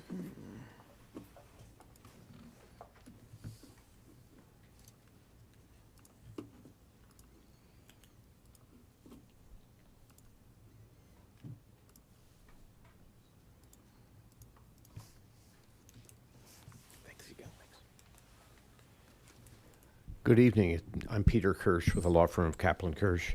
It's a pleasure to be here this evening to talk a little bit about the city's authority to regulate airport operations and noise. And I'm afraid I'm going to be a bit of the bearer of bad news. I guess I should apologize in advance. But what I want to do is talk through what the city's authority is and clarify some of the questions I think that a number of the members of the audience as well as city council members have had about the issue. So permit me, if I can, a little bit of Law 101 here, because I think it's important to understand the context in which the airport operates. So the legal framework for operation of the airport starts with the U.S. Constitution, and then federal law, and then contractual obligations. All three of those have effects on how the airport operates and what the city can do. First, under the Constitution, the federal government has complete control over the airspace in the United States. To oversimplify only a little bit, no one else controls airspace. A couple of very small exceptions here and there, but by and large, once you use the airspace, you are under federal control. No one else can control. Now, federal law also imposes a number of restrictions on how airports can operate and regulate airports. In particular, there's a statute that was passed in 1990 called the Airport Noise and Capacity Act that says that airports that are open to the public cannot restrict their operations without the approval of the FAA. That has nothing to do with whether you take federal money. It has nothing to do with what you are other than the fact that you're a public airport. You can be privately owned, but if you're a public airport, you need FAA approval to impose any restrictions on operations. The third, which people focus a lot on, are contractual obligations. When the city takes grants from the federal government every year, you sign a grant agreement. And that grant agreement has a number of conditions in it. It's lengthy, like any good grant agreement. And among those conditions are what are called grant assurances. They're a set of 40 different requirements that comprehensively regulate your airport. Now, if you didn't sign that grant agreement, if you didn't take grants, then you wouldn't be subject to those, with one very important exception. When you sign an agreement, you agree that the conditions of the grant will apply for 20 years. So if you stop signing an agreement today, then those same conditions will apply for another 19 years. So if you wanted those restrictions, and we'll talk about those in a moment, what those restrictions are, if you want to get out from under those restrictions, you would have to wait 19 years. And that's really important to understand. It's not every year that if you decide this year you're not going to take a grant, you're not subject to those grant assurances. So the city's authority over overflights, and that's really what we're talking about, is the flight of aircraft as opposed to what goes on the ground. The FAA, under both federal law and the U.S. Constitution, has exclusive control over aircraft in flight, over flight procedures, flight paths, air traffic control, noise at its source, that is engine noise, and aviation safety. So that's a very broad range of issues that the FAA has exclusive control over. Airport owners may propose airport restrictions for FAA review and approval, but the FAA has ultimate authority over whether or not to approve any restrictions at all. So the city's legal obligations today, and I'm putting a quote here from one of the grant assurances, part of the grant agreement you sign, that says that the city must make the airport available as an airport for public use on reasonable terms and conditions and without unjust discrimination to all types, kinds, and classes of aeronautical activities, including commercial aeronautical activities offering services to the public at the airport. Now, the real key words there are that it must be available on reasonable terms and conditions without unjust discrimination. And the FAA, under the terms of your grant agreements, gets to decide what is reasonable and what's unjust discrimination. Now, there's a process you can go through if you disagree with the FAA, ultimately going to court. But in the first instance, the FAA decides, is a restriction, is a requirement at an airport reasonable and not unjustly discriminatory. So what this means is that the city cannot restrict access to or use of the airport without complying with a complex series of laws, regulations, policies, and the grant assurances. So you can't just today say, we don't want touch and go or we don't want skydiving, unless, in fact, the FAA finds that such restrictions are reasonable. So sort of as examples of the kinds of restrictions that need FAA approval are things like curfews and time of day restrictions, restrictions on noisy aircraft, touch and go restrictions, I can keep going here, noise caps, restrictions on flight schools, skydiving, and so on. You cannot adopt any restriction on flight paths or procedures. That is, the other ones on this chart, you can ask the FAA for approval. You cannot ask the FAA for approval of flight tracks, flight paths, flight tracks, because that's exclusively within the FAA jurisdiction. That being said, and I'll get to this in a moment, the FAA does like to cooperate with airports in trying to find flight patterns, flight paths that are compatible with the community. But that's entirely up to the FAA, and the FAA makes the decision and enforces that if it will. So the obvious question is, okay, how about if we ask the FAA to let us impose restrictions? And the question is, will the FAA approve them? The FAA will very occasionally approve restrictions that are needed for safety and efficiency reasons. A good example, for example, is if Denver International Airport wanted to impose a restriction on hot air balloons, it's pretty likely the FAA would approve that, because for safety and efficiency reasons, an airport like Denver International probably can't safely accommodate hot air balloons. But an airport like Vance Brand that doesn't have lots of commercial activity, doesn't have lots of jets, it's much less likely that the FAA would approve that, but very occasionally they do. It's important to understand that since 1990, since the Airport Noise and Capacity Act was approved, the FAA has not approved any restrictions based upon noise or motivated by noise purposes. There have been a couple. There have been actually probably more than a dozen airports that have tried, but the FAA has never once approved it. Now, that doesn't mean you can't be the first, but they have never approved restrictions because they believe that restrictions are unnecessary. And that's a matter of philosophy, and we can disagree with the FAA on that, and we can argue about whether or not it's appropriate. But the current FAA policy and the policy of the FAA for the last 35 years has been that noise restrictions are not appropriate. Changes to flight patterns are more commonly accepted. That is, the FAA is much more likely to be willing to change flight patterns so long as they are safe and so long as they're voluntary. And FAA works with airports all the time to change the flight patterns, to change the way in which aircraft fly. In a congested airspace, that can be very difficult. And the Front Range is quite congested. I mean, you look around at the number of airports in the vicinity of Vance Brand, it's not terribly easy to change the flight patterns. Doesn't mean it's impossible, but it is more difficult, and the FAA certainly is willing to consider. When the FAA looks at whether to approve any restriction, it looks at the criteria that are on the bottom of this slide. And these are the standards the FAA has used for the last 35 years in finding that it will not approve restrictions. So let me go specifically to the question of restrictions on touch-and-go operations, and I'm going to quote from the FAA policy, the FAA order on when restrictions are permissible. And I'm going to read this because it's long, but I think it's important to understand precisely what the FAA says in this context. A touch-and-go operation is an aircraft procedure used in flight training. It is considered an aeronautical activity. As such, it cannot be prohibited by the airport sponsor without justification. For an airport sponsor to limit a particular aeronautical activity for safety and efficiency, including touch-and-go operations, the limitation must be based on an analysis of safety and/or efficiency and capacity and meet the other applicable requirements for airport noise and access restrictions. Those are the restrictions I just talked about a moment ago. So I quote this because I want to emphasize that at an airport like Vance Brand, it's going to be quite difficult to get the FAA to agree to restrictions on touch-and-go operations. You know, again, making the comparison, if this were Denver International or if this were Chicago O'Hare, a restriction on touch-and-go operation might in fact be needed for safety and/or efficiency and capacity reasons, for reasons that may be pretty obvious. But smaller airports like Vance Brand, where flight training is a major part of your operations, is much more difficult.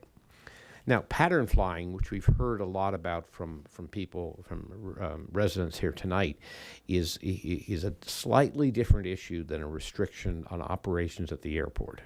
And it's important to understand the distinction, because touch and go, of course, is landing and taking off, or almost landing and taking off again. Pattern flying is when the aircraft go around and around and around. And in communities, the pattern flying can be particularly irritating because the flight just keeps coming over and over again. It doesn't just come and go. It is an aeronautical activity. That is when, as part of training, pilots have to learn how to do what's called pattern flying that pattern around the airport. And the FAA aggressively protects its authority to control pattern flying. That being said, the agency is willing, and I would even say in many instances eager, to work with the community on changes to the pattern flying to address local concerns so long as safety is not compromised. Sometimes they change how far out aircraft fly, sometimes how high they fly, sometimes the actual pattern that they fly. But the FAA, not the city, retains that authority, and it's a matter of negotiating and cooperating with the FAA to change those. The one thing the FAA will not do is move noise from one community to another. In other words, they will not stand as the arbiter that says that community is more important than that community. And so the first thing the FAA will ask if a community comes to them to ask them to change pattern flying is, show me that there is unanimity. Show us that there's consensus that a particular pattern is better. And that is very much a function of the geography of the particular community. If you have an area that is very low density or you have an area that's very high density, the FAA is more willing to look at a solution than if it's essentially a shared problem all around the entire city. So just very briefly on sort of other related issues in terms of the city's authority to address noise impacts, and these are ones that are admittedly not nearly as effective, but are things the city can do, and that is controlling the land use around the airport through zoning and otherwise to make sure that there aren't residential areas too close to the airport. Voluntary and cooperative programs with local pilots and businesses can be very effective. Most of your local pilots are residents. Most of your local pilots and businesses want to be responsible members of the community. And particularly at small airports, these voluntary programs can be very, very effective. Complaint reporting is also remarkably effective, and again, because neither the pilots nor the businesses like to get complaints against them. And so the more aggressive you are about not just receiving the complaints, but conveying the complaints back to the user becomes very effective. And Levi was talking about your improved reporting, and I think that's likely to be quite effective. And the last point that goes back to my previous slide, the design of flight tracks in cooperation with the FAA can be very, very effective, particularly if that's the source of noise. Let me just talk, if I can, switching topics very briefly to unleaded gas, because unleaded fuel is moving forward really quickly. And it's not as quick as most people would want. If you asked me up here 4 or 5 years ago, I would have told you we'll never have unleaded fuel. But it's moved forward very quickly. The real problem with unleaded fuel today is production. That is, the supply of unleaded fuel is very limited. There are only 2. There may be a 3rd supplier nationwide, and it's just hard to get it. And the good news is that the FAA is putting a lot of pressure to increase the supply. The market is creating a lot of pressure to increase supply. Unfortunately, and the FAA is providing funding to phase out the leaded fuel product. Federal law, as of May, prohibits airports from banning leaded fuel until December 31st of 2030, which is the key date that's been used all along. But I want to emphasize that although you don't sell the fuel yourself as a city, a number of airports have been pretty effective at developing incentives to incentivize users, incentivize FBOs to sell the unleaded fuel product if it's available. And those programs are really very, very new. I mean, literally in the last year or 2 at most, and airports are seeing a remarkable improvement in the use of the unleaded fuel product. So that's moving forward fast. It's probably not fast enough for people, but I think the prognosis is really very good. So that was a lot of talking. I'm happy to answer questions or whatever the pleasure of the council is. Okay. Thank you. Councilmember McCoy? And then Councilmember Martin will be next. So. Thank you, Mayor Pro Tem. Mr. Kirsch, you said that we could, barring, like DIA, they probably wouldn't want a balloon takeoff area or a glider catapult area for that. But on our airport, we could do something like that. Is that correct?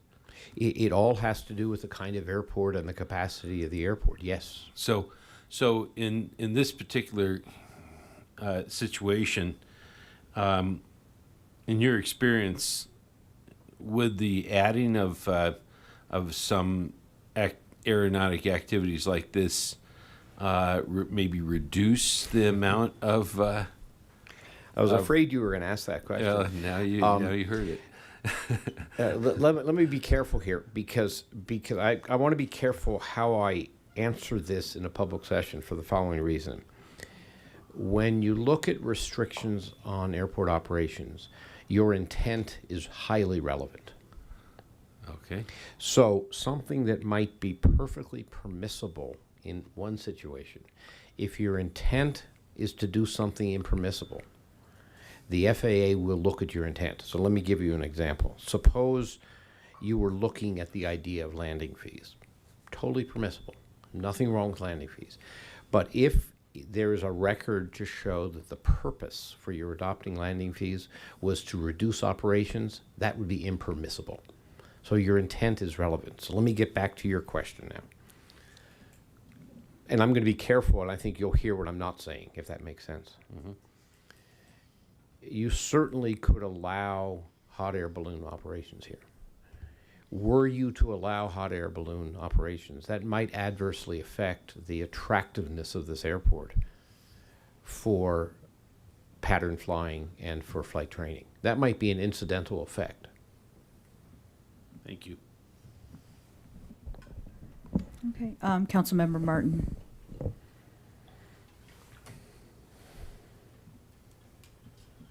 Thank you, Mayor Pro Tem. What would it take, sir, if we wanted to apply to the FAA to get our pattern altered? So I'm thinking it might be some process like we would, based on our land use and the land use of nearly adjacent communities, such as Berthoud, maybe even Greeley, maybe even Boulder, we would look at finding paths that traverse, within reason, traversed minimum density, population density, housing density. And then we'd have to evangelize that proposal to the other cities first, and then we would jointly make an application to the FAA. Is that roughly what we'd have to do? Yes, that's right. It's an informal process. There is no formal application process, but what you've described is precisely what you would need to do. Okay, so my question is, how much time and money would you expect that the city would have to invest if we were going to do that? It's really not a money issue significantly. I mean, you would need to demonstrate, at least from a technical perspective, that whatever proposal you had was technically possible. So you'd need some technical studies on flight patterns, other flight tracks in the vicinity, which requires an expert.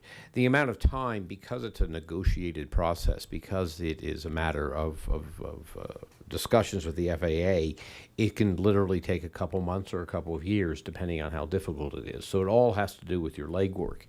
If you want to seriously consider that approach, your best bet is to advise the FAA early on. We are embarking on the following process, the process to change the pattern flying. Here's what we plan to do. Are you comfortable with that? It's trying to bring the FAA in as a partner in this early on, and they may say, we'd really like you to do an airspace study, or we'd really like you to do these studies, or we've heard a lot from Berthoud, we want to make sure they're at the table. And the FAA will generally be very supportive and frankly be willing to be at the table if you have meetings with the communities to help find a solution. So it doesn't have a defined beginning, middle, and end of a process, and neither does it have a defined budget, but it is far less expensive than some of the other studies that you might do in other contexts.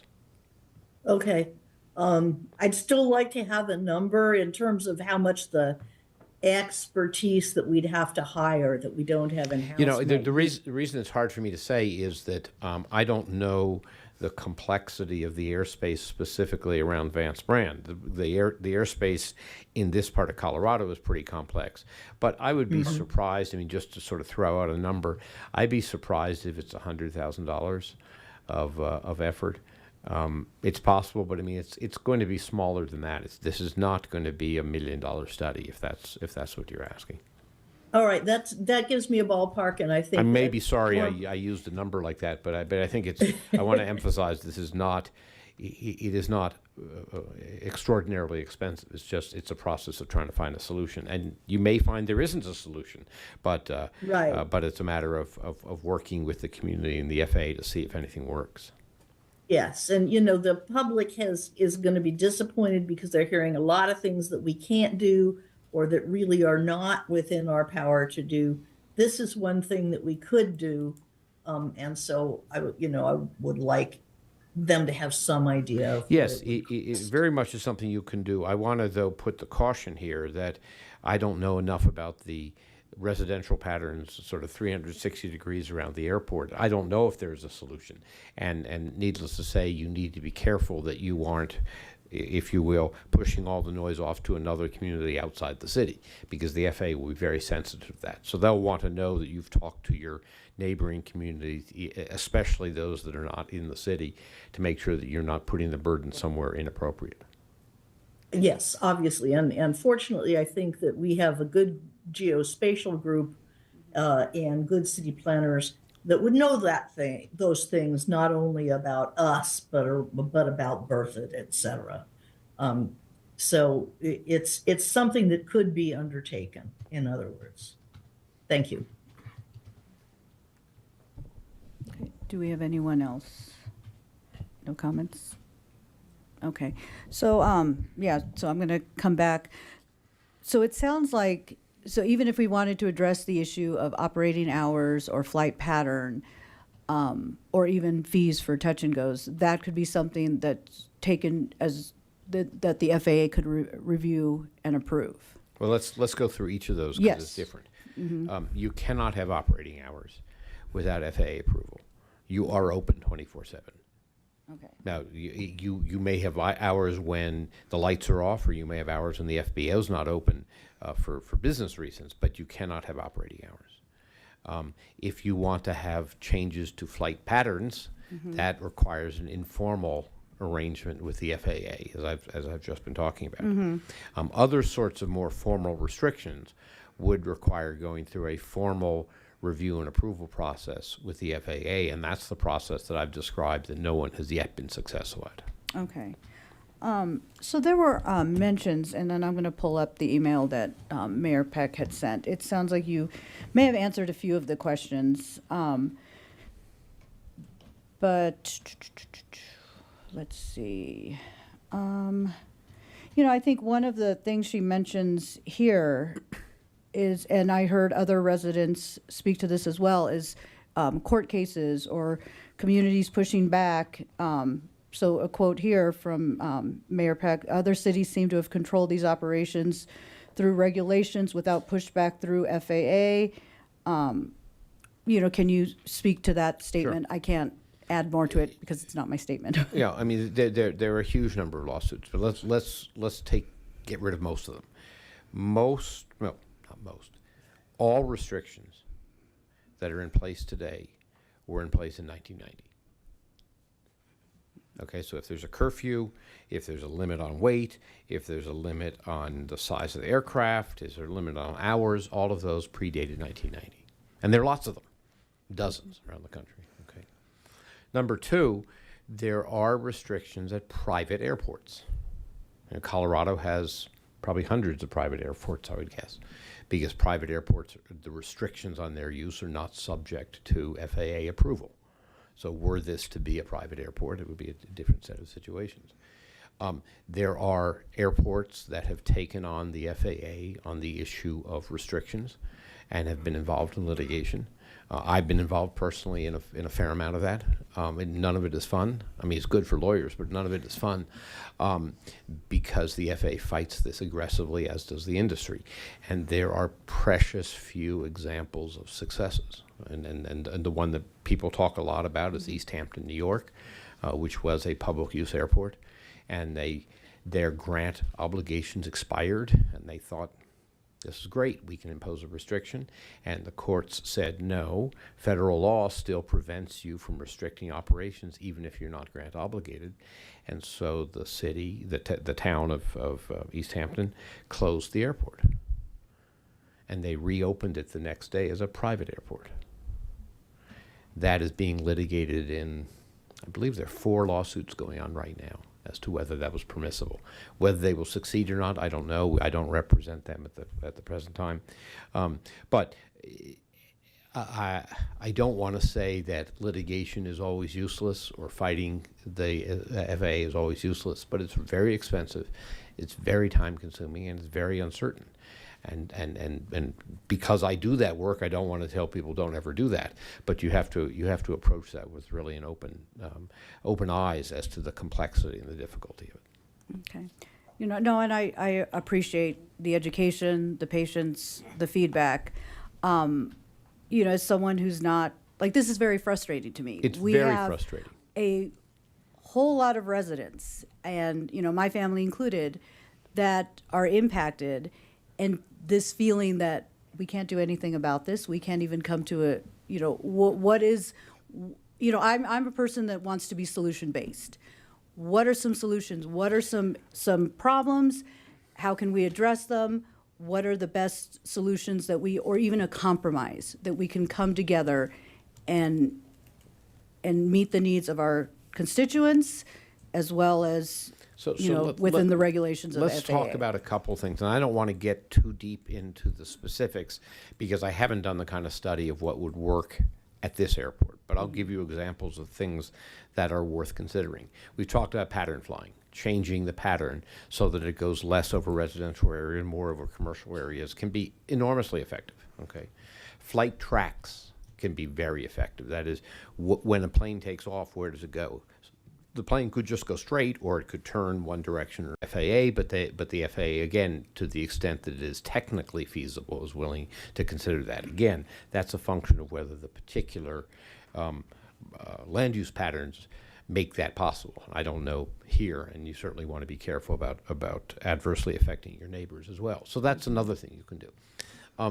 One question that you want to look at is what makes Vance brand attractive for flight training. And there are things you can do to make it more or less attractive.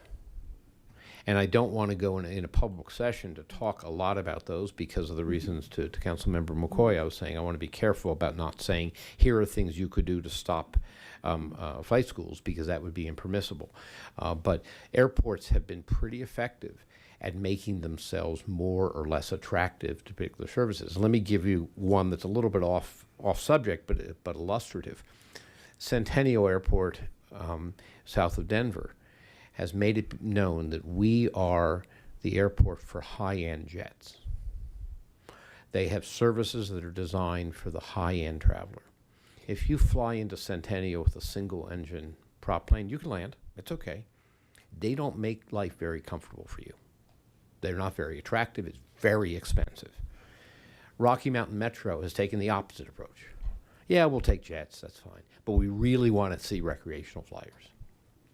And that was a policy that they incentivized in a positive way getting those, and they did not provide the kinds of services that the higher end aircraft want. Now, I'm oversimplifying to some extent, but it's an illustration of the fact that you should look and examine what it is that makes Vance brand attractive to this particular category of flying. Mm-hmm. And are there things legitimately that you can do that makes it less attractive? Okay. No, I'm intentionally being a little bit vague yeah, here. No. That's helpful. I'm just taking notes. Yeah. You know, and the other one, you know, in looking at the noise abatement, you know, we saw the slide that showed, you know, here are the number of complaints. You know, okay, now what? Okay, so people complain. What happens then? Are we allowed to? We're not allowed to fine anybody. No. But let's look at what However, people speed, and you could ticket them. So well, that's right, but it's a different phenomenon. So complaints are an interesting phenomenon because most people, including most pilots, don't like people complaining about them. Okay. So the first question, and when you get a series of complaints, is to analyze who's causing the problem. If it's being caused by a local pilot who happens to be a resident of the city, there's nothing to keep you from asking your airport manager to call him on the phone and say, what's going on here? What are you doing? You know, could you go a little higher? Can you be a little less obnoxious? Now, if it turns out these are all folks who aren't from Longmont, in fact, they're not even from the Front Range, yeah, it's going to be a little harder, okay? Mm-hmm. But that's a lot of effort, but it has a really big payoff. Okay. Because by and large, pilots, by personality, like to comply with the rules. That's what they do, right? And so if you say, you were a real jerk, you know, you were really an unpleasant guy, and you know what? 43 of your neighbors know that you're a real jerk. Okay. You'd be surprised how effective that is. Okay. Now, you want to turn the heat up one more, okay? You go into the terminal, and maybe Levi has a list of the names of the people who aren't all that friendly. Or maybe just let's do it the other way. Suppose you give out an annual Fly Friendly Award, okay, to the base pilots who have been most sensitive to your needs, okay, and you put it in the paper. Now, is that going to force them, prevent them? No. But particularly at smaller airports, these very personal efforts can be very effective. Okay. Same thing with your flight school. Okay, and again, maybe you've already done this, so I apologize if I'm suggesting something that you've done, but go to the flight school and say, listen, your pilots are doing this. If instead of flying, as one of the residents said tonight, 48 times, how about if you just do a couple here, and then take a couple over to Boulder, or a couple over to Loveland? Mm-hmm. Is that okay? Can you do that? I'll buy you an ice cream cone. Okay. Again, this sounds silly. But it actually does work. It actually works because most of the businesses at the airport are in fact residents. They're members of the community, and they want to be cooperative. If you say, I don't want you ever doing flight training again at my airport, no, they're not going to be helpful. You got to be reasonable here. And I can jump in a little bit and say that is actually something that we actively do. So when I track all of the complaints, I'll track who it is and specifically what they're doing. And when you start to see, and the vast majority of them were completely disconnected. There's this one particular plane, it's this one time. But when we do see patterns, we do chase down those patterns. So for example, last year we had a pattern where we had multiple complaints about the same few ultralight pilots. So we tracked where the complaints were coming from. I made a map. I went to this group of ultralight pilots, and I said, hey, look, here's the farms that are complaining most about you. And they said, oh, gosh, we didn't know we were, messing with these people. Yeah, okay, we'll try to avoid this. Okay, well, we got to fly here to land, but, we'll try to avoid this area. We had a really good conversation, and over the course of that summer, I had about a 75% reduction from that particular group of complainers. So it is something that we actively do. Is we will go out in there, we'll talk to pilots when we see patterns and stuff like that. One other tool you can use, and again, I don't know if this works here or not because it's a function of the airspace in the area. If they're flying a pattern at 500 feet above the ground, they're going to be much noisier than if they're flying at 1,500 feet. Mm-hmm. And the FAA, again, to the extent that they have the airspace available, raising that can make an enormous difference in the noise. Because if they're 3 times as high, they're going to have significantly less noise. And we found that to be very, very effective, particularly for helicopter noise, but I think it's probably also true for the small plane noise, because just that distance makes a big difference. Mm-hmm. And that is something we can suggest. You can suggest. I mean, this is part. Have to approve it, but in part in response to Councilmember Martin's point about the cost of technical advice. You're going to need some technical advice so that you can look. It may be, and Levi, I don't know whether you've got a ceiling for air traffic at this airport or not. It's just the standard 1,000 foot. Okay. Yep. Mm-hmm. So because once you get up above a certain altitude, you are going to adversely affect Denver international traffic or traffic en route to other airports. Yeah, keep going to space. No, just kidding. So and then the other one more thing that Councilman or that the mayor brought up, as well as I've seen, it's been a concern of mine. But looking at grant assurances, those contracts. I mean, what are we think about the residents, our health and safety, our well-being. What are we giving up for these grant assurances? And is the benefit of these grant assurances outweighing, the impact to community? Look, that's a fair question. And if advisory board wants to speak to this as well, I don't want to, I appreciate your expertise as well. But let's be careful here, because let's assume for a moment that you decide that the balance favors not taking grants. Mm-hmm. A couple of immediate consequences. You are obligated, again, for the next 19 years to do the same things you were doing when you got money, okay? Mm-hmm. So if you need to improve the runway, if you need to fix the drainage, you're going to have to pay for that yourself rather than the feds. That can get costly, okay, particularly if you're talking about 19 years. The second piece is there's a lot of focus on the grant assurances, and if you read them, it will give you a headache how many things the FAA is doing. But the things you're talking about here are really not affected by the grant assurances as much as they're affected by federal law. And that doesn't go away. That's what I wanted Okay, so to if kind there are of things you don't sparse like, out. I Yeah. can name a whole bunch of things that the grant assurances require that you may not like that give Levi headaches, but they don't really affect noise and they don't affect the community. Okay, 19 years from now, when Levi's getting ready to retire, he'll be in great place that he doesn't have to deal with that. But it's not really going to have a lot of significance for you in terms of the kinds of topics you're talking about. Okay, so it's not abdicating our health and safety by tapping into the grant assurances. There's really other issues that we could be bringing forward for review and approval. That's right. Okay, I see Councilmember Martin. Has this been your second or third time? Second. Okay. Go ahead.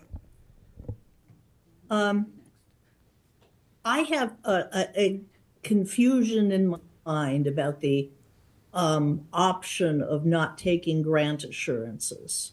So when people say stop taking the grant money and eventually all your grant assurances will expire, then that's one thing. That means in 20 years after we're all dead, after I'm dead, then the airport could be closed. If you want a long-range plan that, then you can do that. But it's the other side of it. In the meantime, while we're not taking grant money, we still have to do all the maintenance and we have to pay for it somehow.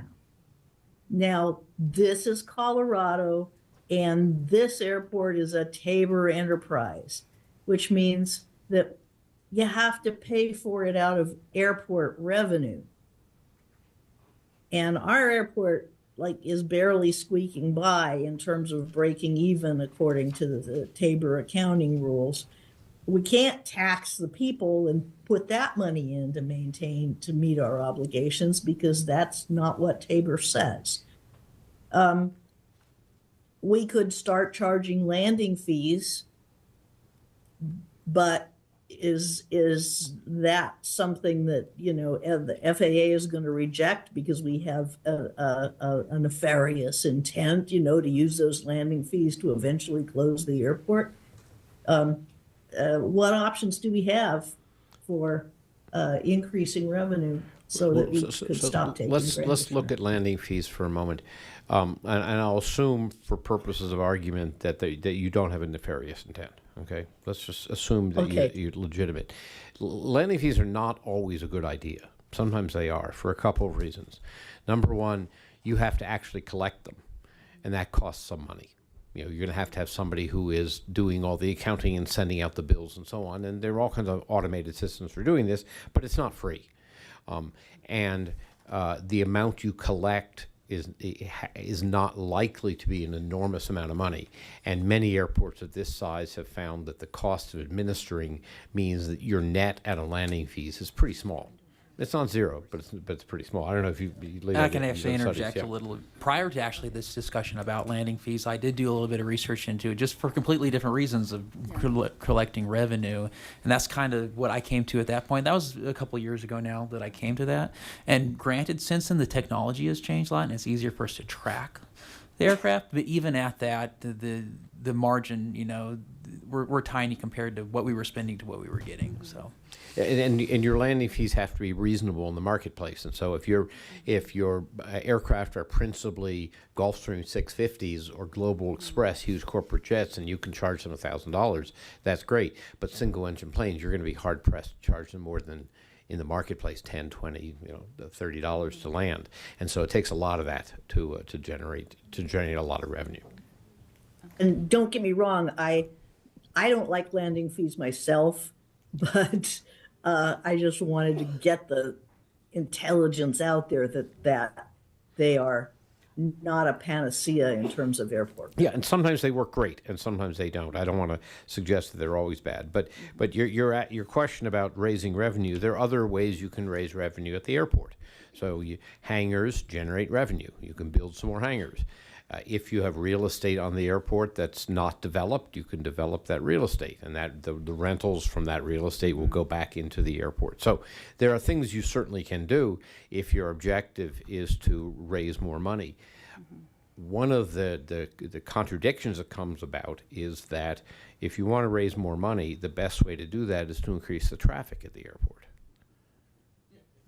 Okay, so probably don't have to keep going down that line, and so it's a little bit difficult. And one of the reasons that most communities that have studied not taking grants have decided to continue taking grants is that when you actually start running the numbers in a very cut and dried sort of way, it's not always clear that taking grants is a bad idea. Okay, thank you. Do we have any others? I think. Yeah, I just wanted to make sure that I addressed what hasn't been discussed through the presentation, as well as honoring what the mayor had asked me to bring forward. I guess I was hoping for something that, okay, we can vote on something, bring it forward, but, it's gonna, I'd like to sit down and have a chat with you about some of the things we discussed. This isn't over, and, if the advisory board has anything that they wanted to add, yeah, come on down. Mayor, Council, Yes. To kind of put a bow on it in terms of talking to answer the question. Yes. It would be the general fund that would have to support it. Okay. In the case that Councilmember Martin brought up. The other thing that I was going to add is obviously our outside counsel has had to, if council wanted to look at more focused options, council could request an executive session. Okay. Where we could have that conversation. So that's another option. Some of the things on the FAA request, we can engage in that conversation. We've tried at different times, and this was before Levi. I think part of the challenge is you have DIA that changed their flight pattern, which did impact us. You have Boulder to our southwest. You have Loveland to our north. And so there are other variables in play in that. So we did try to have that conversation, and that was what was pushed back to us, is the location of the other airports was problematic. Okay. Go ahead. Mayor Pro Tem, council members, Harrison Earl, Chair of the Airport Advisory Board. I'll be really brief because you've heard a lot tonight and I don't have a ton to add. But just want to emphasize a few things. We have recently added to our monthly agendas a noise abatement standing item so that it is constantly discussed. We view it as a way both to hear input, make sure that Levi is communicating to us what's going on, as well as it's a communication point out to the pilot community so that they are constantly hearing that. So some of the outcomes from recent discussions are new posters posted in the FBO, the fixed base operator, that more clearly outline the voluntary noise abatement procedure, so it's front and center for our pilots. It has been added to our, I always mess up the acronym, but our AWAS, which is the automated weather system, that has a notice at the end of it that pilots are required to listen to the message, and it says, we have a noise abatement procedure, so that even visiting pilots are made aware that it exists. We cannot put the whole thing in the recording, but we note that it exists. And Levi spoke briefly about having meetings with other airport managers and other flight schools, which is something we've been encouraging to share that voluntary noise abatement procedure as well. So I think that's something that's really important. On the other revenue side, I was very much hoping that by tonight we would have a completed study that outlines some drainage requirements that have to happen prior to opening RFPs for development on the south side of the airport. Okay.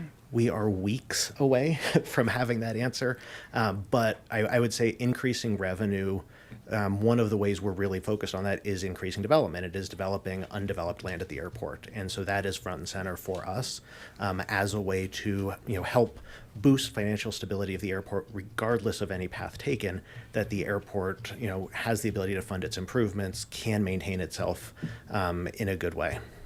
Okay. So. Thank you. Thank you. Thanks for that. And that's that's hopeful to hear that you've added that noise abatement to the advisory council meetings. And, and I appreciate the other suggestions or, things that we can control and, looking at zoning. But, these houses, we've been around for a while. I mean, the house I'm in is over 50 years old. So, you can't, these people have been here. So it's not even any kind of zoning change is going to alleviate what residents are hearing. So I appreciate that we're, the advisory board is being more proactive in looking at that noise abatement and what we can do to continue the conversation. I would, if council would like, or did you want to? Okay. Okay. I would like to see if we can get on an agenda, if now's the time to do it. If not, I can wait till the next meeting to do an executive session on this topic. Okay, well, there you go. That actually works. There's an item that we need an executive session for to talk to you about. Can we combine this with it? Negotiations. So, yeah. Okay. What's that? No, I don't. When would this executive session take place for the other issue? They're both airport related. Oh, they're both airport related. Yeah, related to negotiations. And so we've been talking about needing to get with you all on that. After I said that, I remembered it. Okay. I will need to look at calendars. I can't tell you right now what dates are available. I think the 3rd's not available because we won't have a full council. The 10th is the judge's evaluation. I don't know what we have on the 17th. So it would probably be something we would, right now I'm guessing January, just because of the scheduling issues, but I can look at the calendar tomorrow. Okay, so I would like to, the 17th. Okay, so, I'd like to get, put on the docket for an executive session to discuss the airport solutions. And Councilmember McCoy has seconded that. Is there any discussion on this? No? Okay, let's go ahead and vote.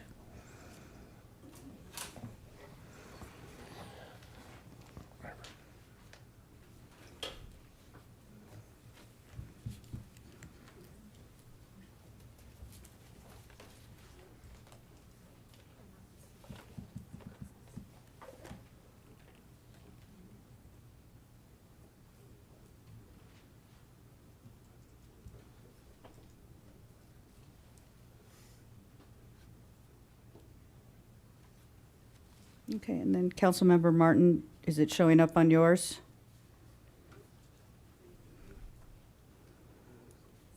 It's showing up, but I don't have any controls. It's just, it says waiting and there's nothing there. Yeah. I vote yes. That's what I see on hers.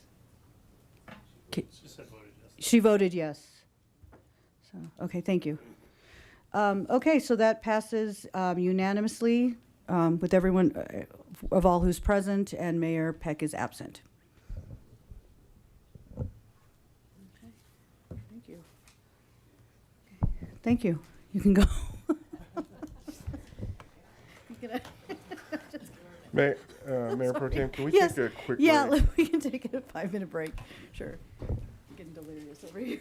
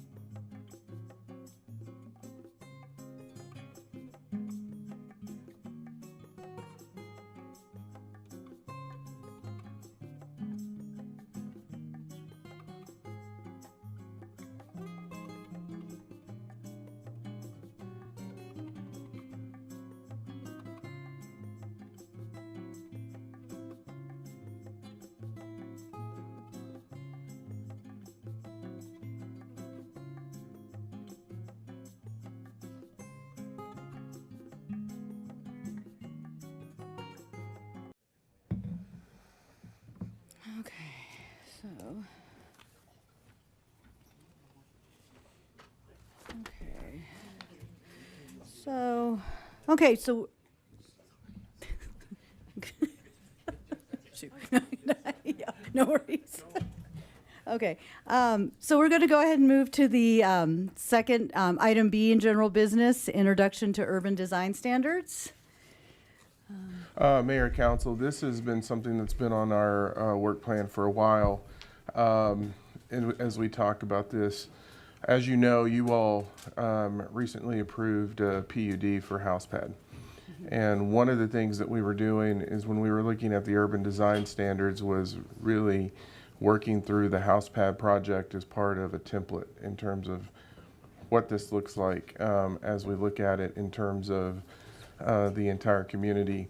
This is really connected to a couple of issues. So one, this came out of our affordable housing conversations and specifically related to affordable housing and attainable housing. When you look at these design standards, and you all saw this when we were working through the house pad project, is density of units is important when you're trying to manage the price of a home. And that's a piece of it. You know, one of the things that you're going to see in the design standards is also related to what this means in terms of natural gas. So one of the directions that council gave us is look at natural gas in neighborhoods. In many ways, what you're going to see Chris present tonight is really an incentive to do that, because the design standards are different when we look at setbacks, and he'll work through this process.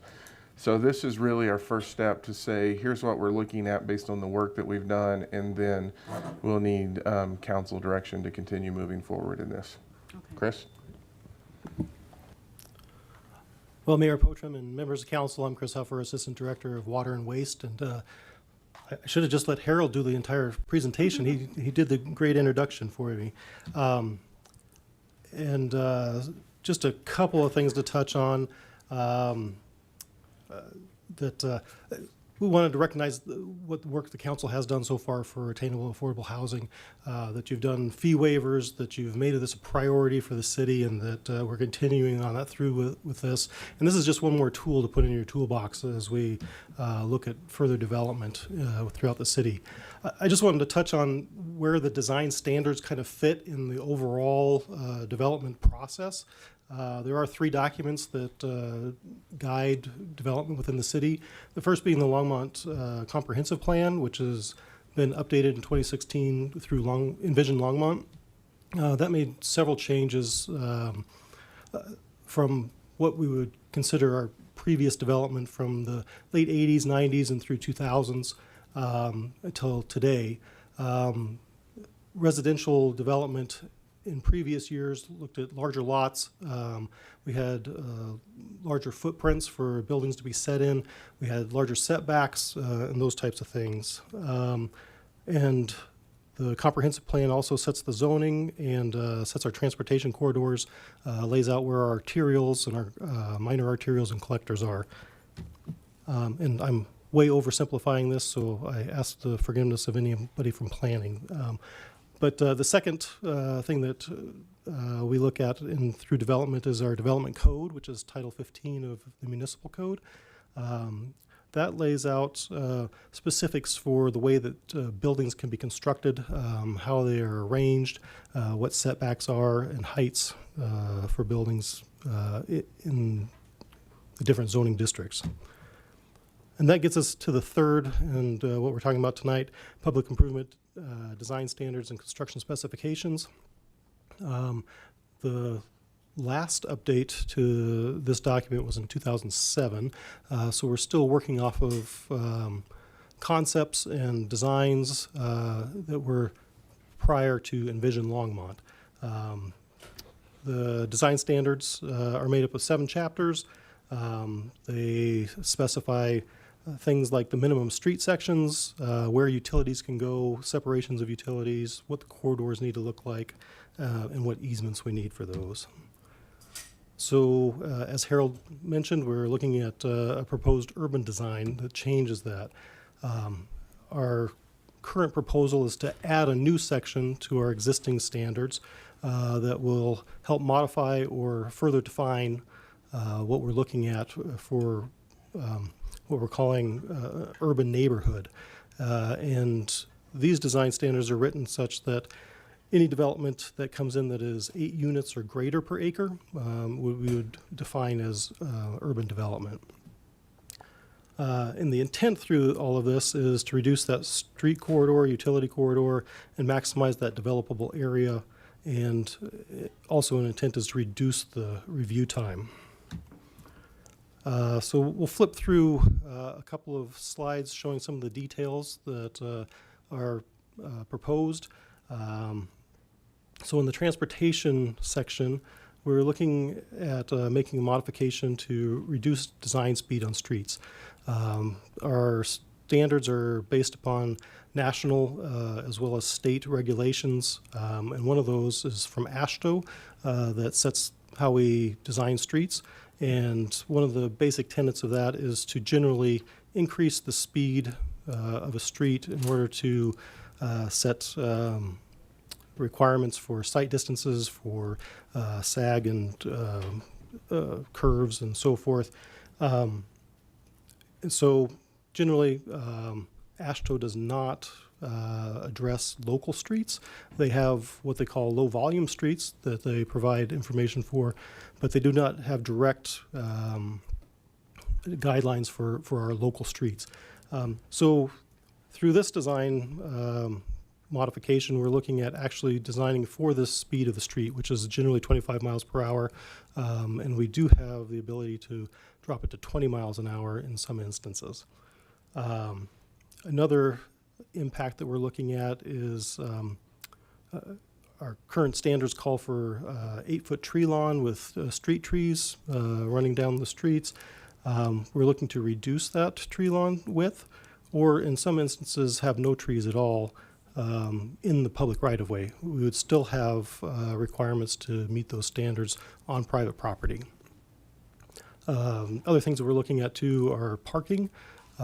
If they choose, or if a developer chooses to change or reduce parking, we would require that they have an alternative parking plan that would be submitted with their development for review.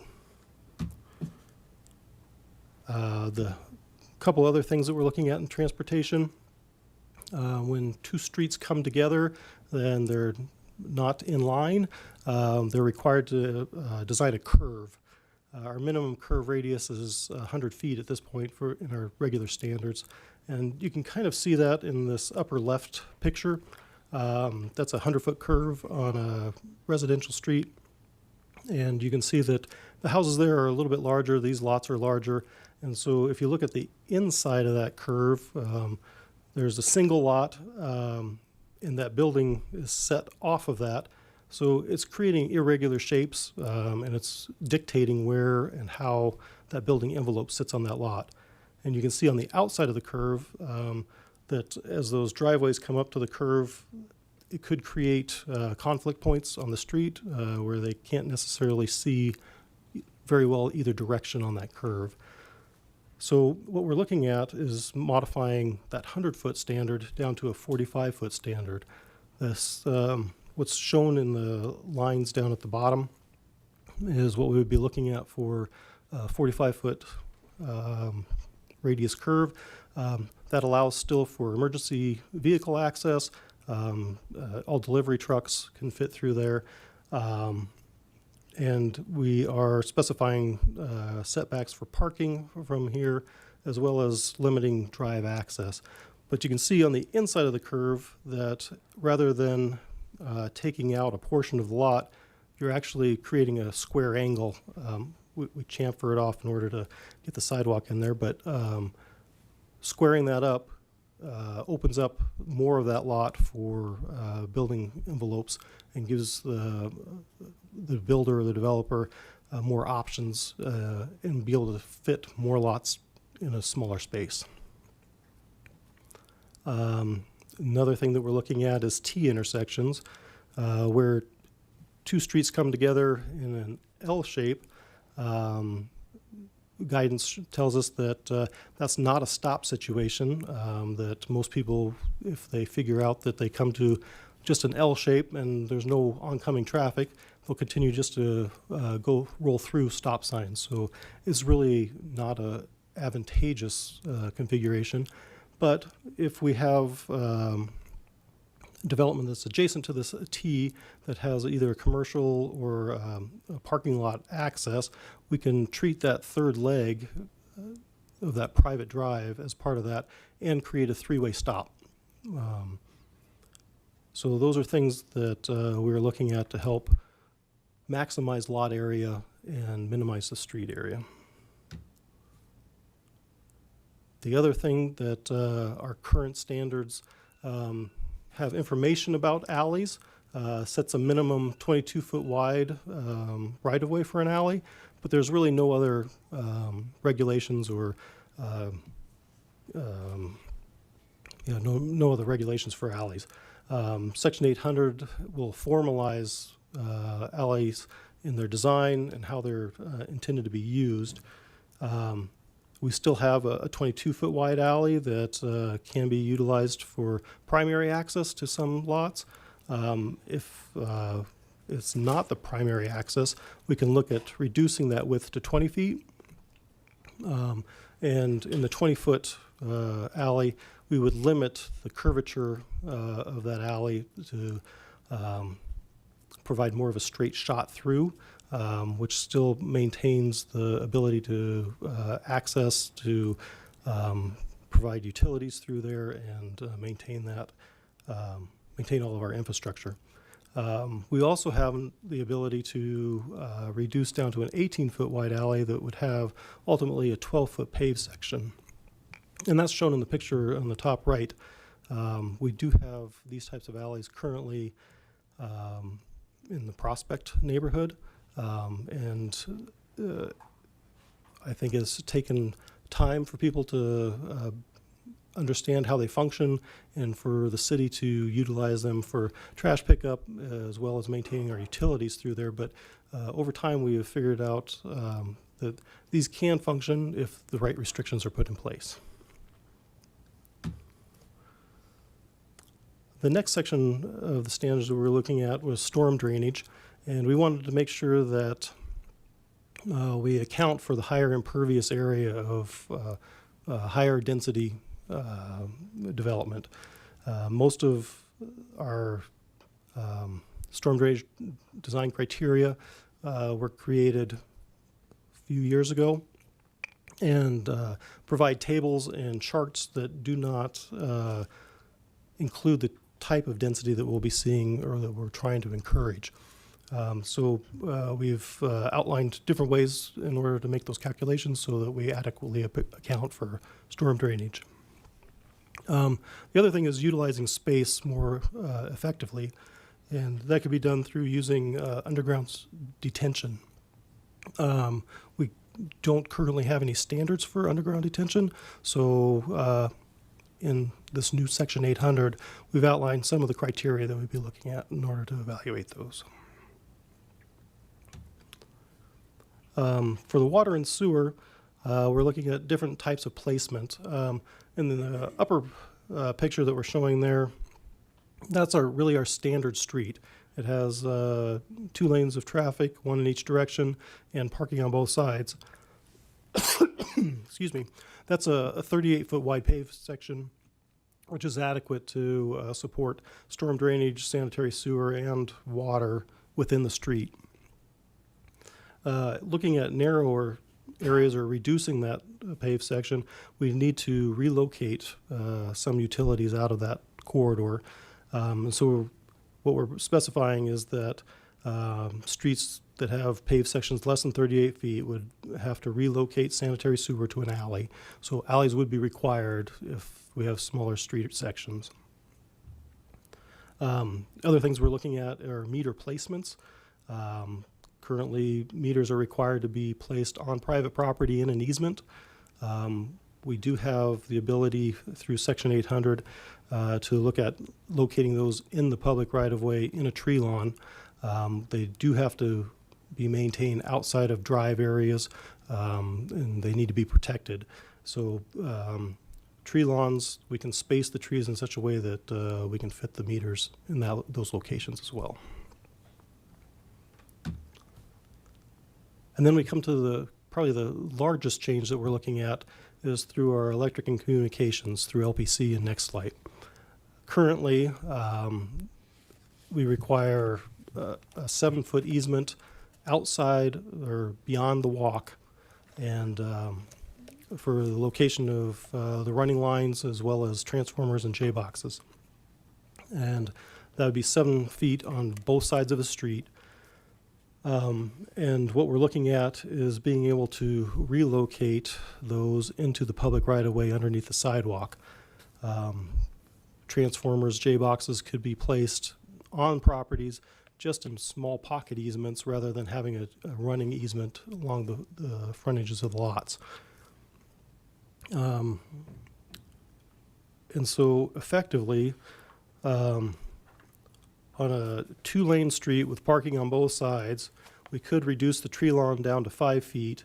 And overall, by removing the 7-foot electric easement, and generally we have a 6-foot gas easement beyond that too. By removing those, we're effectively reducing a corridor of 87 feet wide down to 55 feet wide.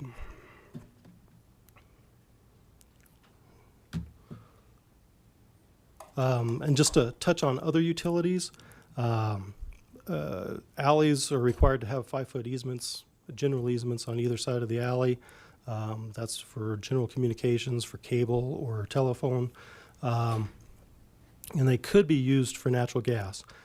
I just want to mention that in this Section 800 standard, we have not specified an area for natural gas, but developers, if they so chose, could include natural gas in their development, but they would have to work with Excel or the provider and indicate where those easements are, and that would have to be reviewed through the DRC process or the Development Review Committee process.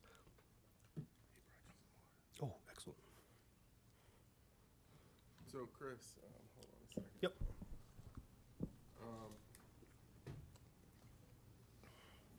I remember as you were talking the natural gas piece, I think generally that would add an additional 6 feet. Yes, in the past, Excel has required 6 feet, but they also have a standard of 8 feet from a building. Right. That goes even beyond that easement. So the key point on that is if you came in and you put natural gas, you wouldn't have the same developable land that you would have if you took the approach where you went in with no natural gas and you went all electric, because that's just going to add to the width of either the alley or the street. Definitely, yes. Okay. Okay. So Councilmember Martin has their hand up. Thank you, Mayor Pro Tem. A couple of innovations in this flavor of land use that I'm not seeing here. And I'm wondering if you have any provisions for that. The first one is easements for shared wells for ground source heat exchange for heat pumps, electric heat and cooling. That might, in some cases, replace natural gas, but the dimensions aren't necessarily the same, the requirements. So I'm wondering if you have that. And then the other one is, you mentioned the relationship of the amount of impervious surfaces as opposed to lawns. But there's a third category, which is sidewalks and pavement that is pervious because of new materials. And how does that affect things like underground detention? So if you've got anything to say about that, I would like to hear it, because I think those are beneficial technologies. Certainly. Councilmember Martin, first to touch on the easements for geothermal. That would be private. That's not something that the city would necessarily regulate or include on a plat. That would be worked out through the construction of those homes. So we have not considered adding that into the standards at this point in time, if that makes sense. Yeah, but if it's not private to a particular home, but private to an entire subdivision and part of the design, then that's going to need to be accounted for in the setbacks and stuff that you require, even though the infrastructure is developed by the developer. And I believe, Councilmember Martin, that would be designed and installed similarly to if they had gas, that they would have to work out those easements and where that would actually fall. There is a potential that they could fit within that 5-foot easement in the alleys as well. Okay. And then So- you had, oh, sorry, go ahead. Oh, no, just so we haven't got there yet, but you'd be willing to hear the story from the developer and work out adjustments, essentially. Certainly, yes. Okay. And then to talk about permeable pavements. Permeable pavements for public areas are problematic, I guess I would say. I did work on the alley project downtown where we installed the permeable pavers.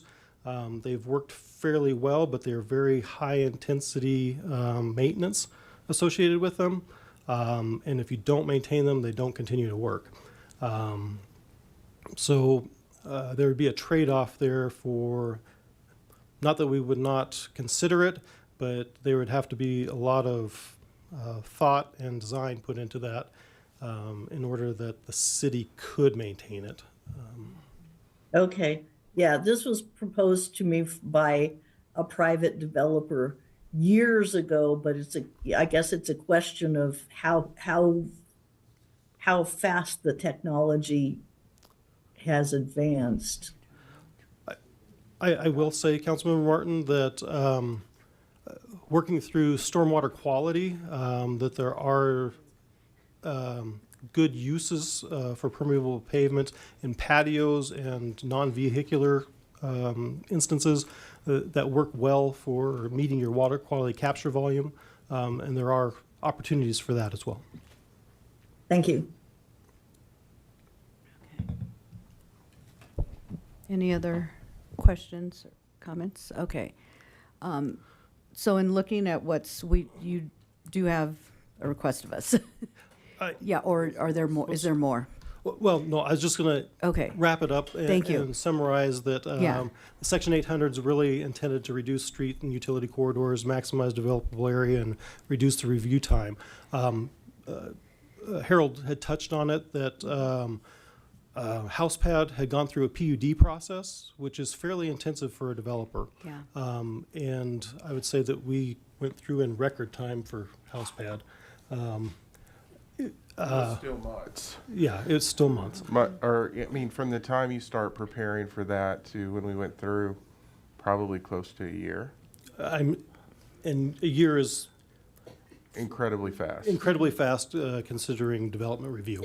Yeah. And so, when we have looked at these types of things in the past, they've come through as exceptions, which there's a formal exception process, which also adds time to review. So, by formalizing these in Section 800, we intend to reduce that review time by not requiring them to go through a PUD or not requiring additional exceptions in order to implement these elements that we've shown tonight. Okay, so for the example of HousePad, had this language already been codified, what would have been the time frame? Like how much, you were saying it was about a year, so. I would hope that we could cut a couple months off at least. And that's just conjecture on my part. Every project is different and every development is different, and the way that the owner and the developer approach it are different, but. I think that, so we were really close to this because it was really a co-development relationship as we went through this, and I think there's unique components to this. And I've seen this when we've been on the housing authority side when we're involved. It's certain things like don't submit it until it's right. Don't, understand the world and what we're trying to move through. And so in this case, we were very focused on that. And I think that helps once you get into the review process. And so I think the way we went through it, because it was very clear in what we were trying to do, I think you could probably hopefully get a third of the time reduced in an ideal situation. And this was a fairly simple piece of land to develop. It was greenfield, it was flat. We already had stormwater accounted for as part of the Costco process. So in that case, it could have reduced 50% of the time because there were so many things already in place. One of the things that I often say is not all development is equal, and every piece of property brings its own unique issues into play. And so if you had a property with a complicated drainage system that you had to deal with in terms of stormwater retention, there's a piece that may be able to save you time if you look at how you have the underground drainage that Chris is talking about. There are cities, I want to say Lafayette or Louisville has started incorporating some of that in order to gain some density. So it may be that solution helps in that particular case. But I think it's hard to overly generalize that says everybody's going to have that time savings. But I do think it gives certainty. Yes. And when you have certainty and you have this code, you're then not going through a PUD process that then creates time and uncertainty, because in that process, other things could be put in place on the project that creates other challenges that you then have to overcome. And so what I've learned through this process, time is money. When we're investing city dollars in this, certainty is really important, because there were a number of times in that project that the uncertainty almost killed the project. Meaning, oh, if you lose 2 to 3 houses, it may not pencil financially. And so I think those two things alone, if we look at replicating attainable housing and affordable in the way that we approached House Pat, I think it will make it easier. Okay. So I guess, in looking at this, does anyone have any modifications they wanted to bring forward? Okay, so then, can we just make a motion? Or, yeah.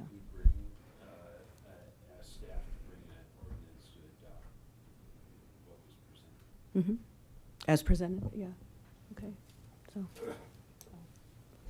okay, yeah, and, okay, so it was moved to bring back required ordinances to adopt, section 800? 800, yeah. 800, and that was moved by Councilmember McCoy and seconded by Councilmember Rodriguez. Any discussion? Okay, are we ready to vote? Okay.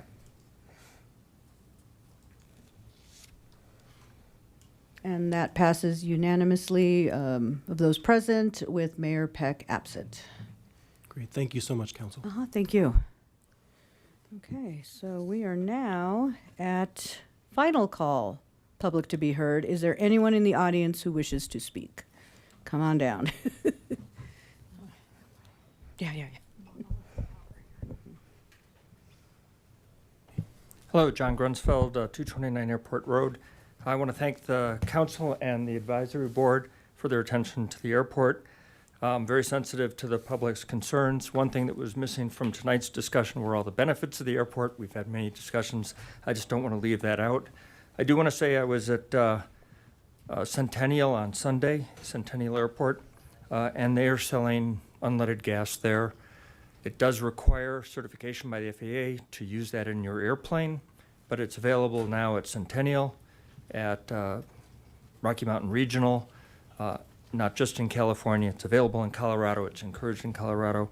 And so that is the direction that industry is going. As was pointed out, I think, by City Manager Dominguez, that it's really a supply problem.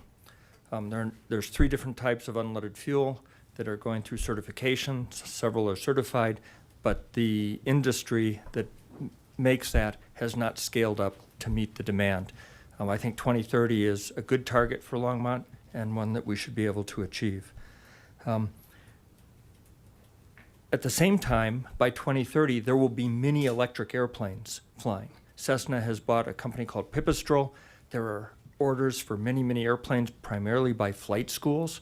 Pipistrel Electric Aero is one of those, and the main reason flight schools are buying those is because the cost of ownership, the cost of operation is so much lower than current airplanes.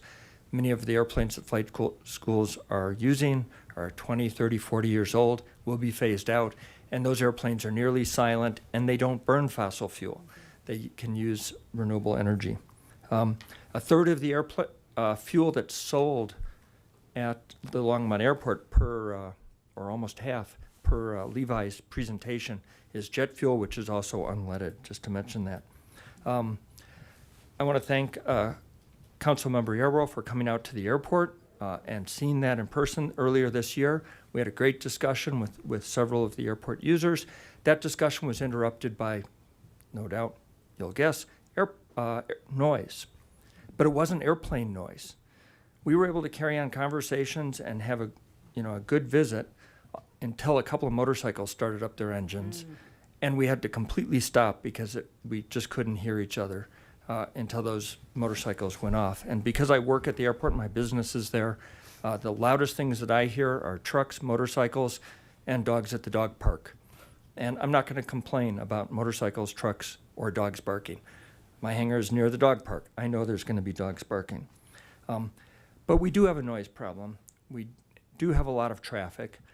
I'm challenged in a turboprop airplane making it into the pattern when the pattern is full. One possible solution is a control tower. Thank you. So thank you very much.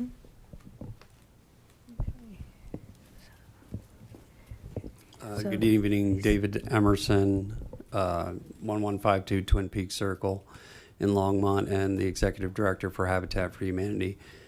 Real quickly, here tonight because I did want to hear the airport discussion. To be clear, I certainly support the airport. We're just north of there in the greens.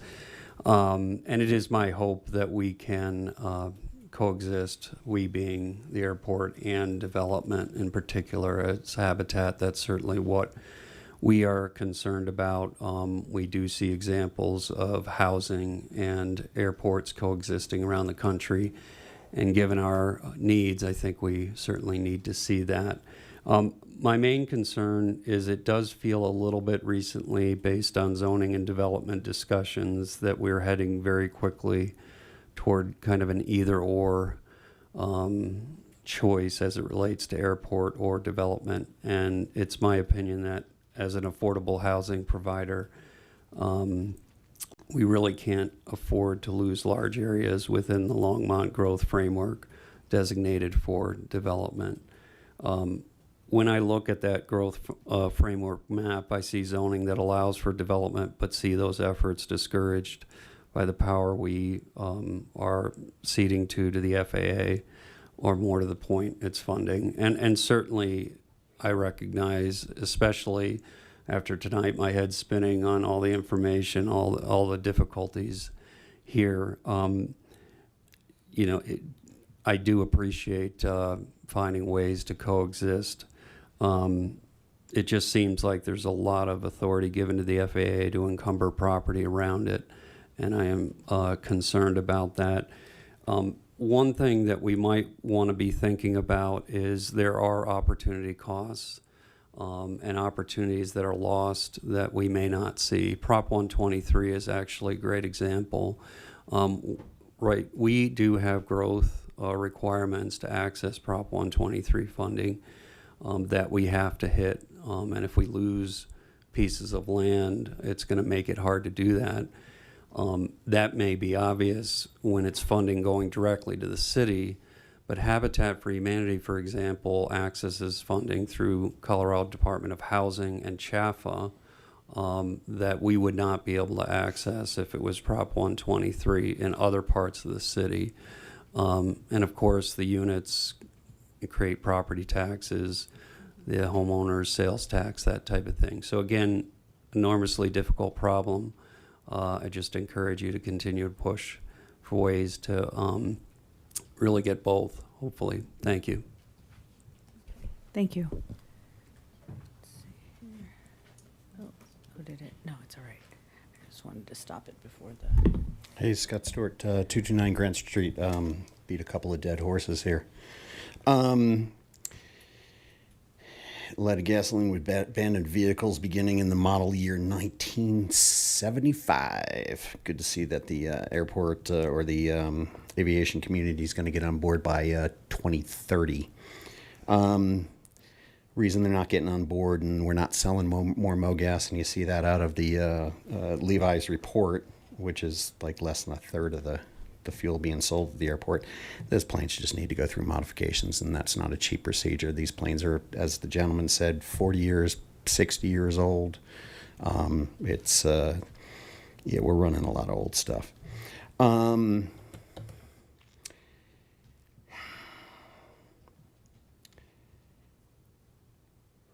I find the representation by the airport manager that we're about split on the flight schools.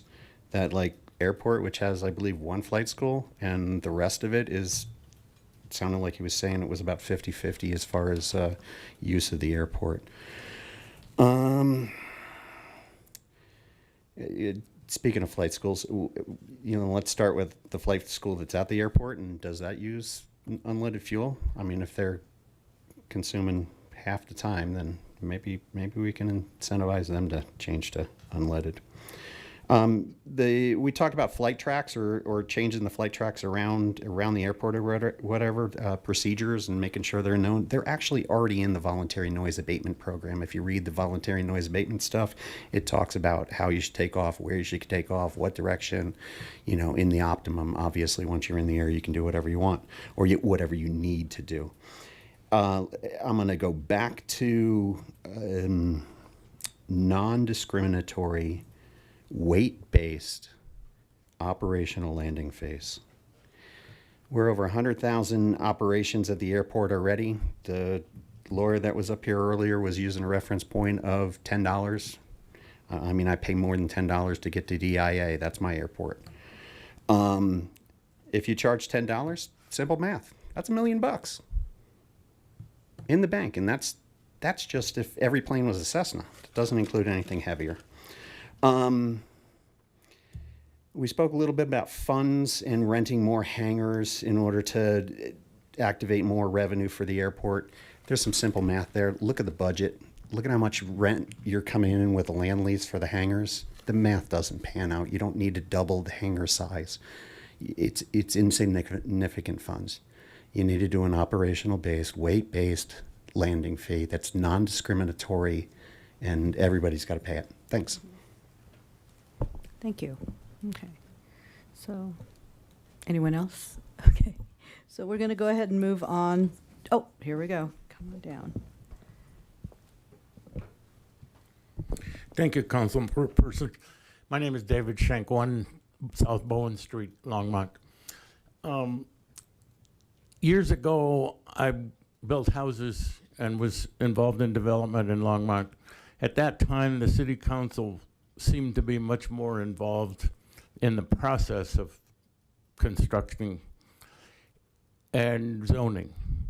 The biggest thing that you can do to cut down on the problems with the airport is to zone the area around the airport for businesses. Businesses are not going to complain like people living in their house, drinking their coffee on their porch in the morning. And Modern West is a perfect example of people that are going to complain if that is allowed to go through. And the whole area just needs to be zoned much different around there. And back in the day when I was doing it, City Council was very involved in that. It appears that now the Planning and Zoning Commission is much more involved in that. Thank you. Okay. Thank you. Thanks. Okay. So we're going to go ahead and move to mayor and council comments. Do we have anyone? Yeah, go for it. Thank you, Mayor Pro Tem. I just want to say that most of us went to Tampa for National League of Cities, and not my biggest takeaway, there were several takeaways there. I mean, went to Vision Zero, downtown Longmont, homelessness solutions. All of us went to several sessions while we were there. I was a part of a focus group that for UL standards, and one of the things I didn't realize and know that people who own scooters and electric bikes are not utilizing the batteries the way they should. So they're overcharging them, which can cause them to catch fire. And also, they are purchasing batteries from third party and not from the actual manufacturer of the device, which also causes fires. And there have been some deaths due to that.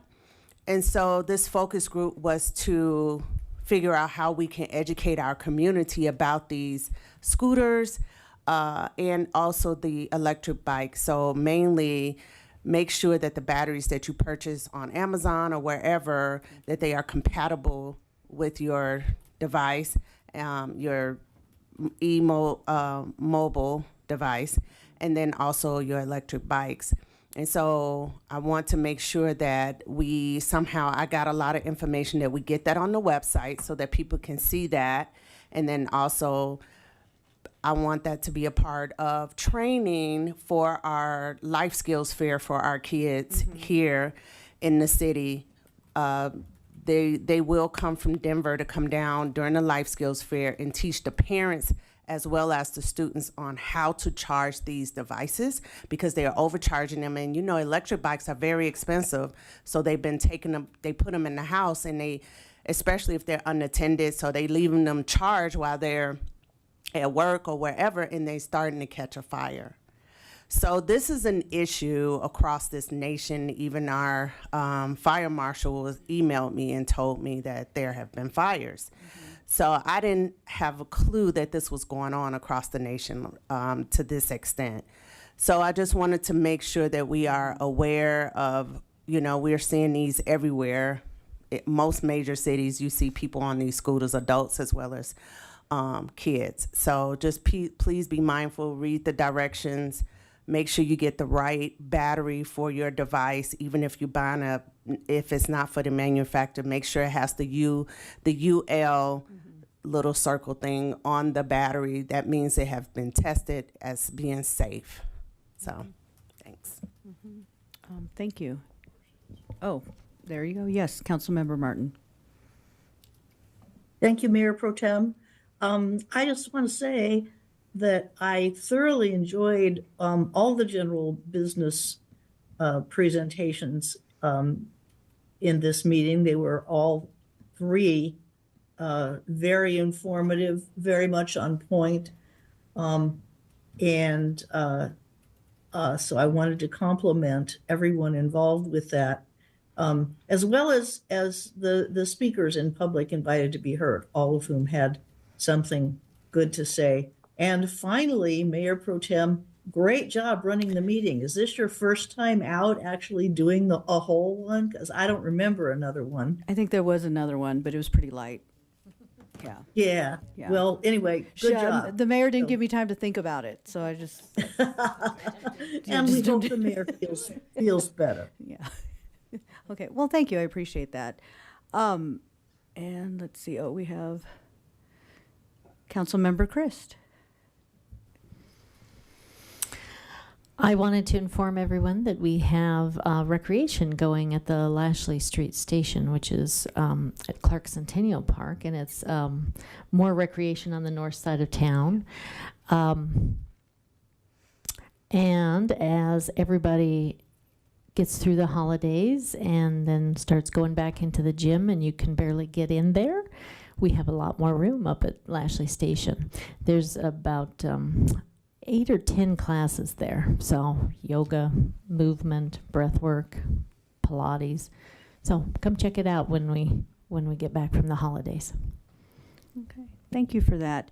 So real quick, going to the National League of Cities, I did attend several sessions around workforce, early childhood, education, providers, and looking at workforce as well. And in addition to housing and unhoused, and looking at how our zoning, how changes that we can make in our land code can impact and really pave the way to. And I have to commend our staff and Harold, because so much of these sessions I'm sitting in and I'm like, oh yeah, well, we're doing this piece and we're doing that, and they're like, what? And so I felt like I'm sharing pieces of information that helped other municipalities learn about building that missing middle, looking at workforce housing, addressing unhoused, addressing the unhoused, not just the impact to community, but also building that self-sustainability among the individuals who are unhoused, and that mental health piece, and looking at it at a holistic lens. I got to brag about our core team, leads team, the work we're doing with public safety and integrating all those with our housing authority. So there's a lot that I think we're taking the lead on in comparing with what other municipalities our size are doing. So that's very exciting to see. And how do we get that word out there so that people know that, it is, and it takes a long time. So I'm my, second term on council, and we have people finishing up their second term, and we're just now seeing, the fruits of our effort, and especially staff. I mean, we just say yes and kind of guide along the way. But so it's really exciting. And then looking at the potential we have to address early childhood education and the next generation of workforce, and how we can integrate that into what we're doing now and reflect and improve our practice. So thank you for that. And I learned a lot. I can't wait for us to kind of come together in a pre-session and be able to discuss what we've learned and our biggest takeaways. So thanks. And that's it. City Manager, do you have any remarks? I wish I could take credit for everything you said, but it's really an amazing staff that does phenomenal work. And I think, again, what I said the other day, it's really kind of the partnership and how we move forward. And I would say, if you all are ever interested in us presenting it, let us know. We can put some proposals forward. Because I think it is good for our staff. We get so focused on the do that, and that's the important piece, is getting it done. But I think we've learned a lot. So phenomenal staff that does that work. Councilmember Yarborough, if you can get that information to David, so he can get it to LPC and then get it to Becky so she can get it to sustainability. I think those are two areas that we can work on getting that information out as we look at it. And I also wanted to say to Mr. Grumfield's comment, wasn't me that said that. I don't want people to think I know. It was actually our attorney that said, Peter Kirsch, that said the production on the fuel was limited supply. So again, don't want to take credit for something I didn't say, Thank but you for that. It was Peter Kirsch that did that. Okay, thanks. City Attorney? No comments, Mayor Pro Tem. Okay, very good. So, okay, yeah. So, Councilmember McCoy has moved to adjourn. Councilmember Yarborough is second. All those in favor? Aye. All those opposed? Very good. We are adjourned. Thank you.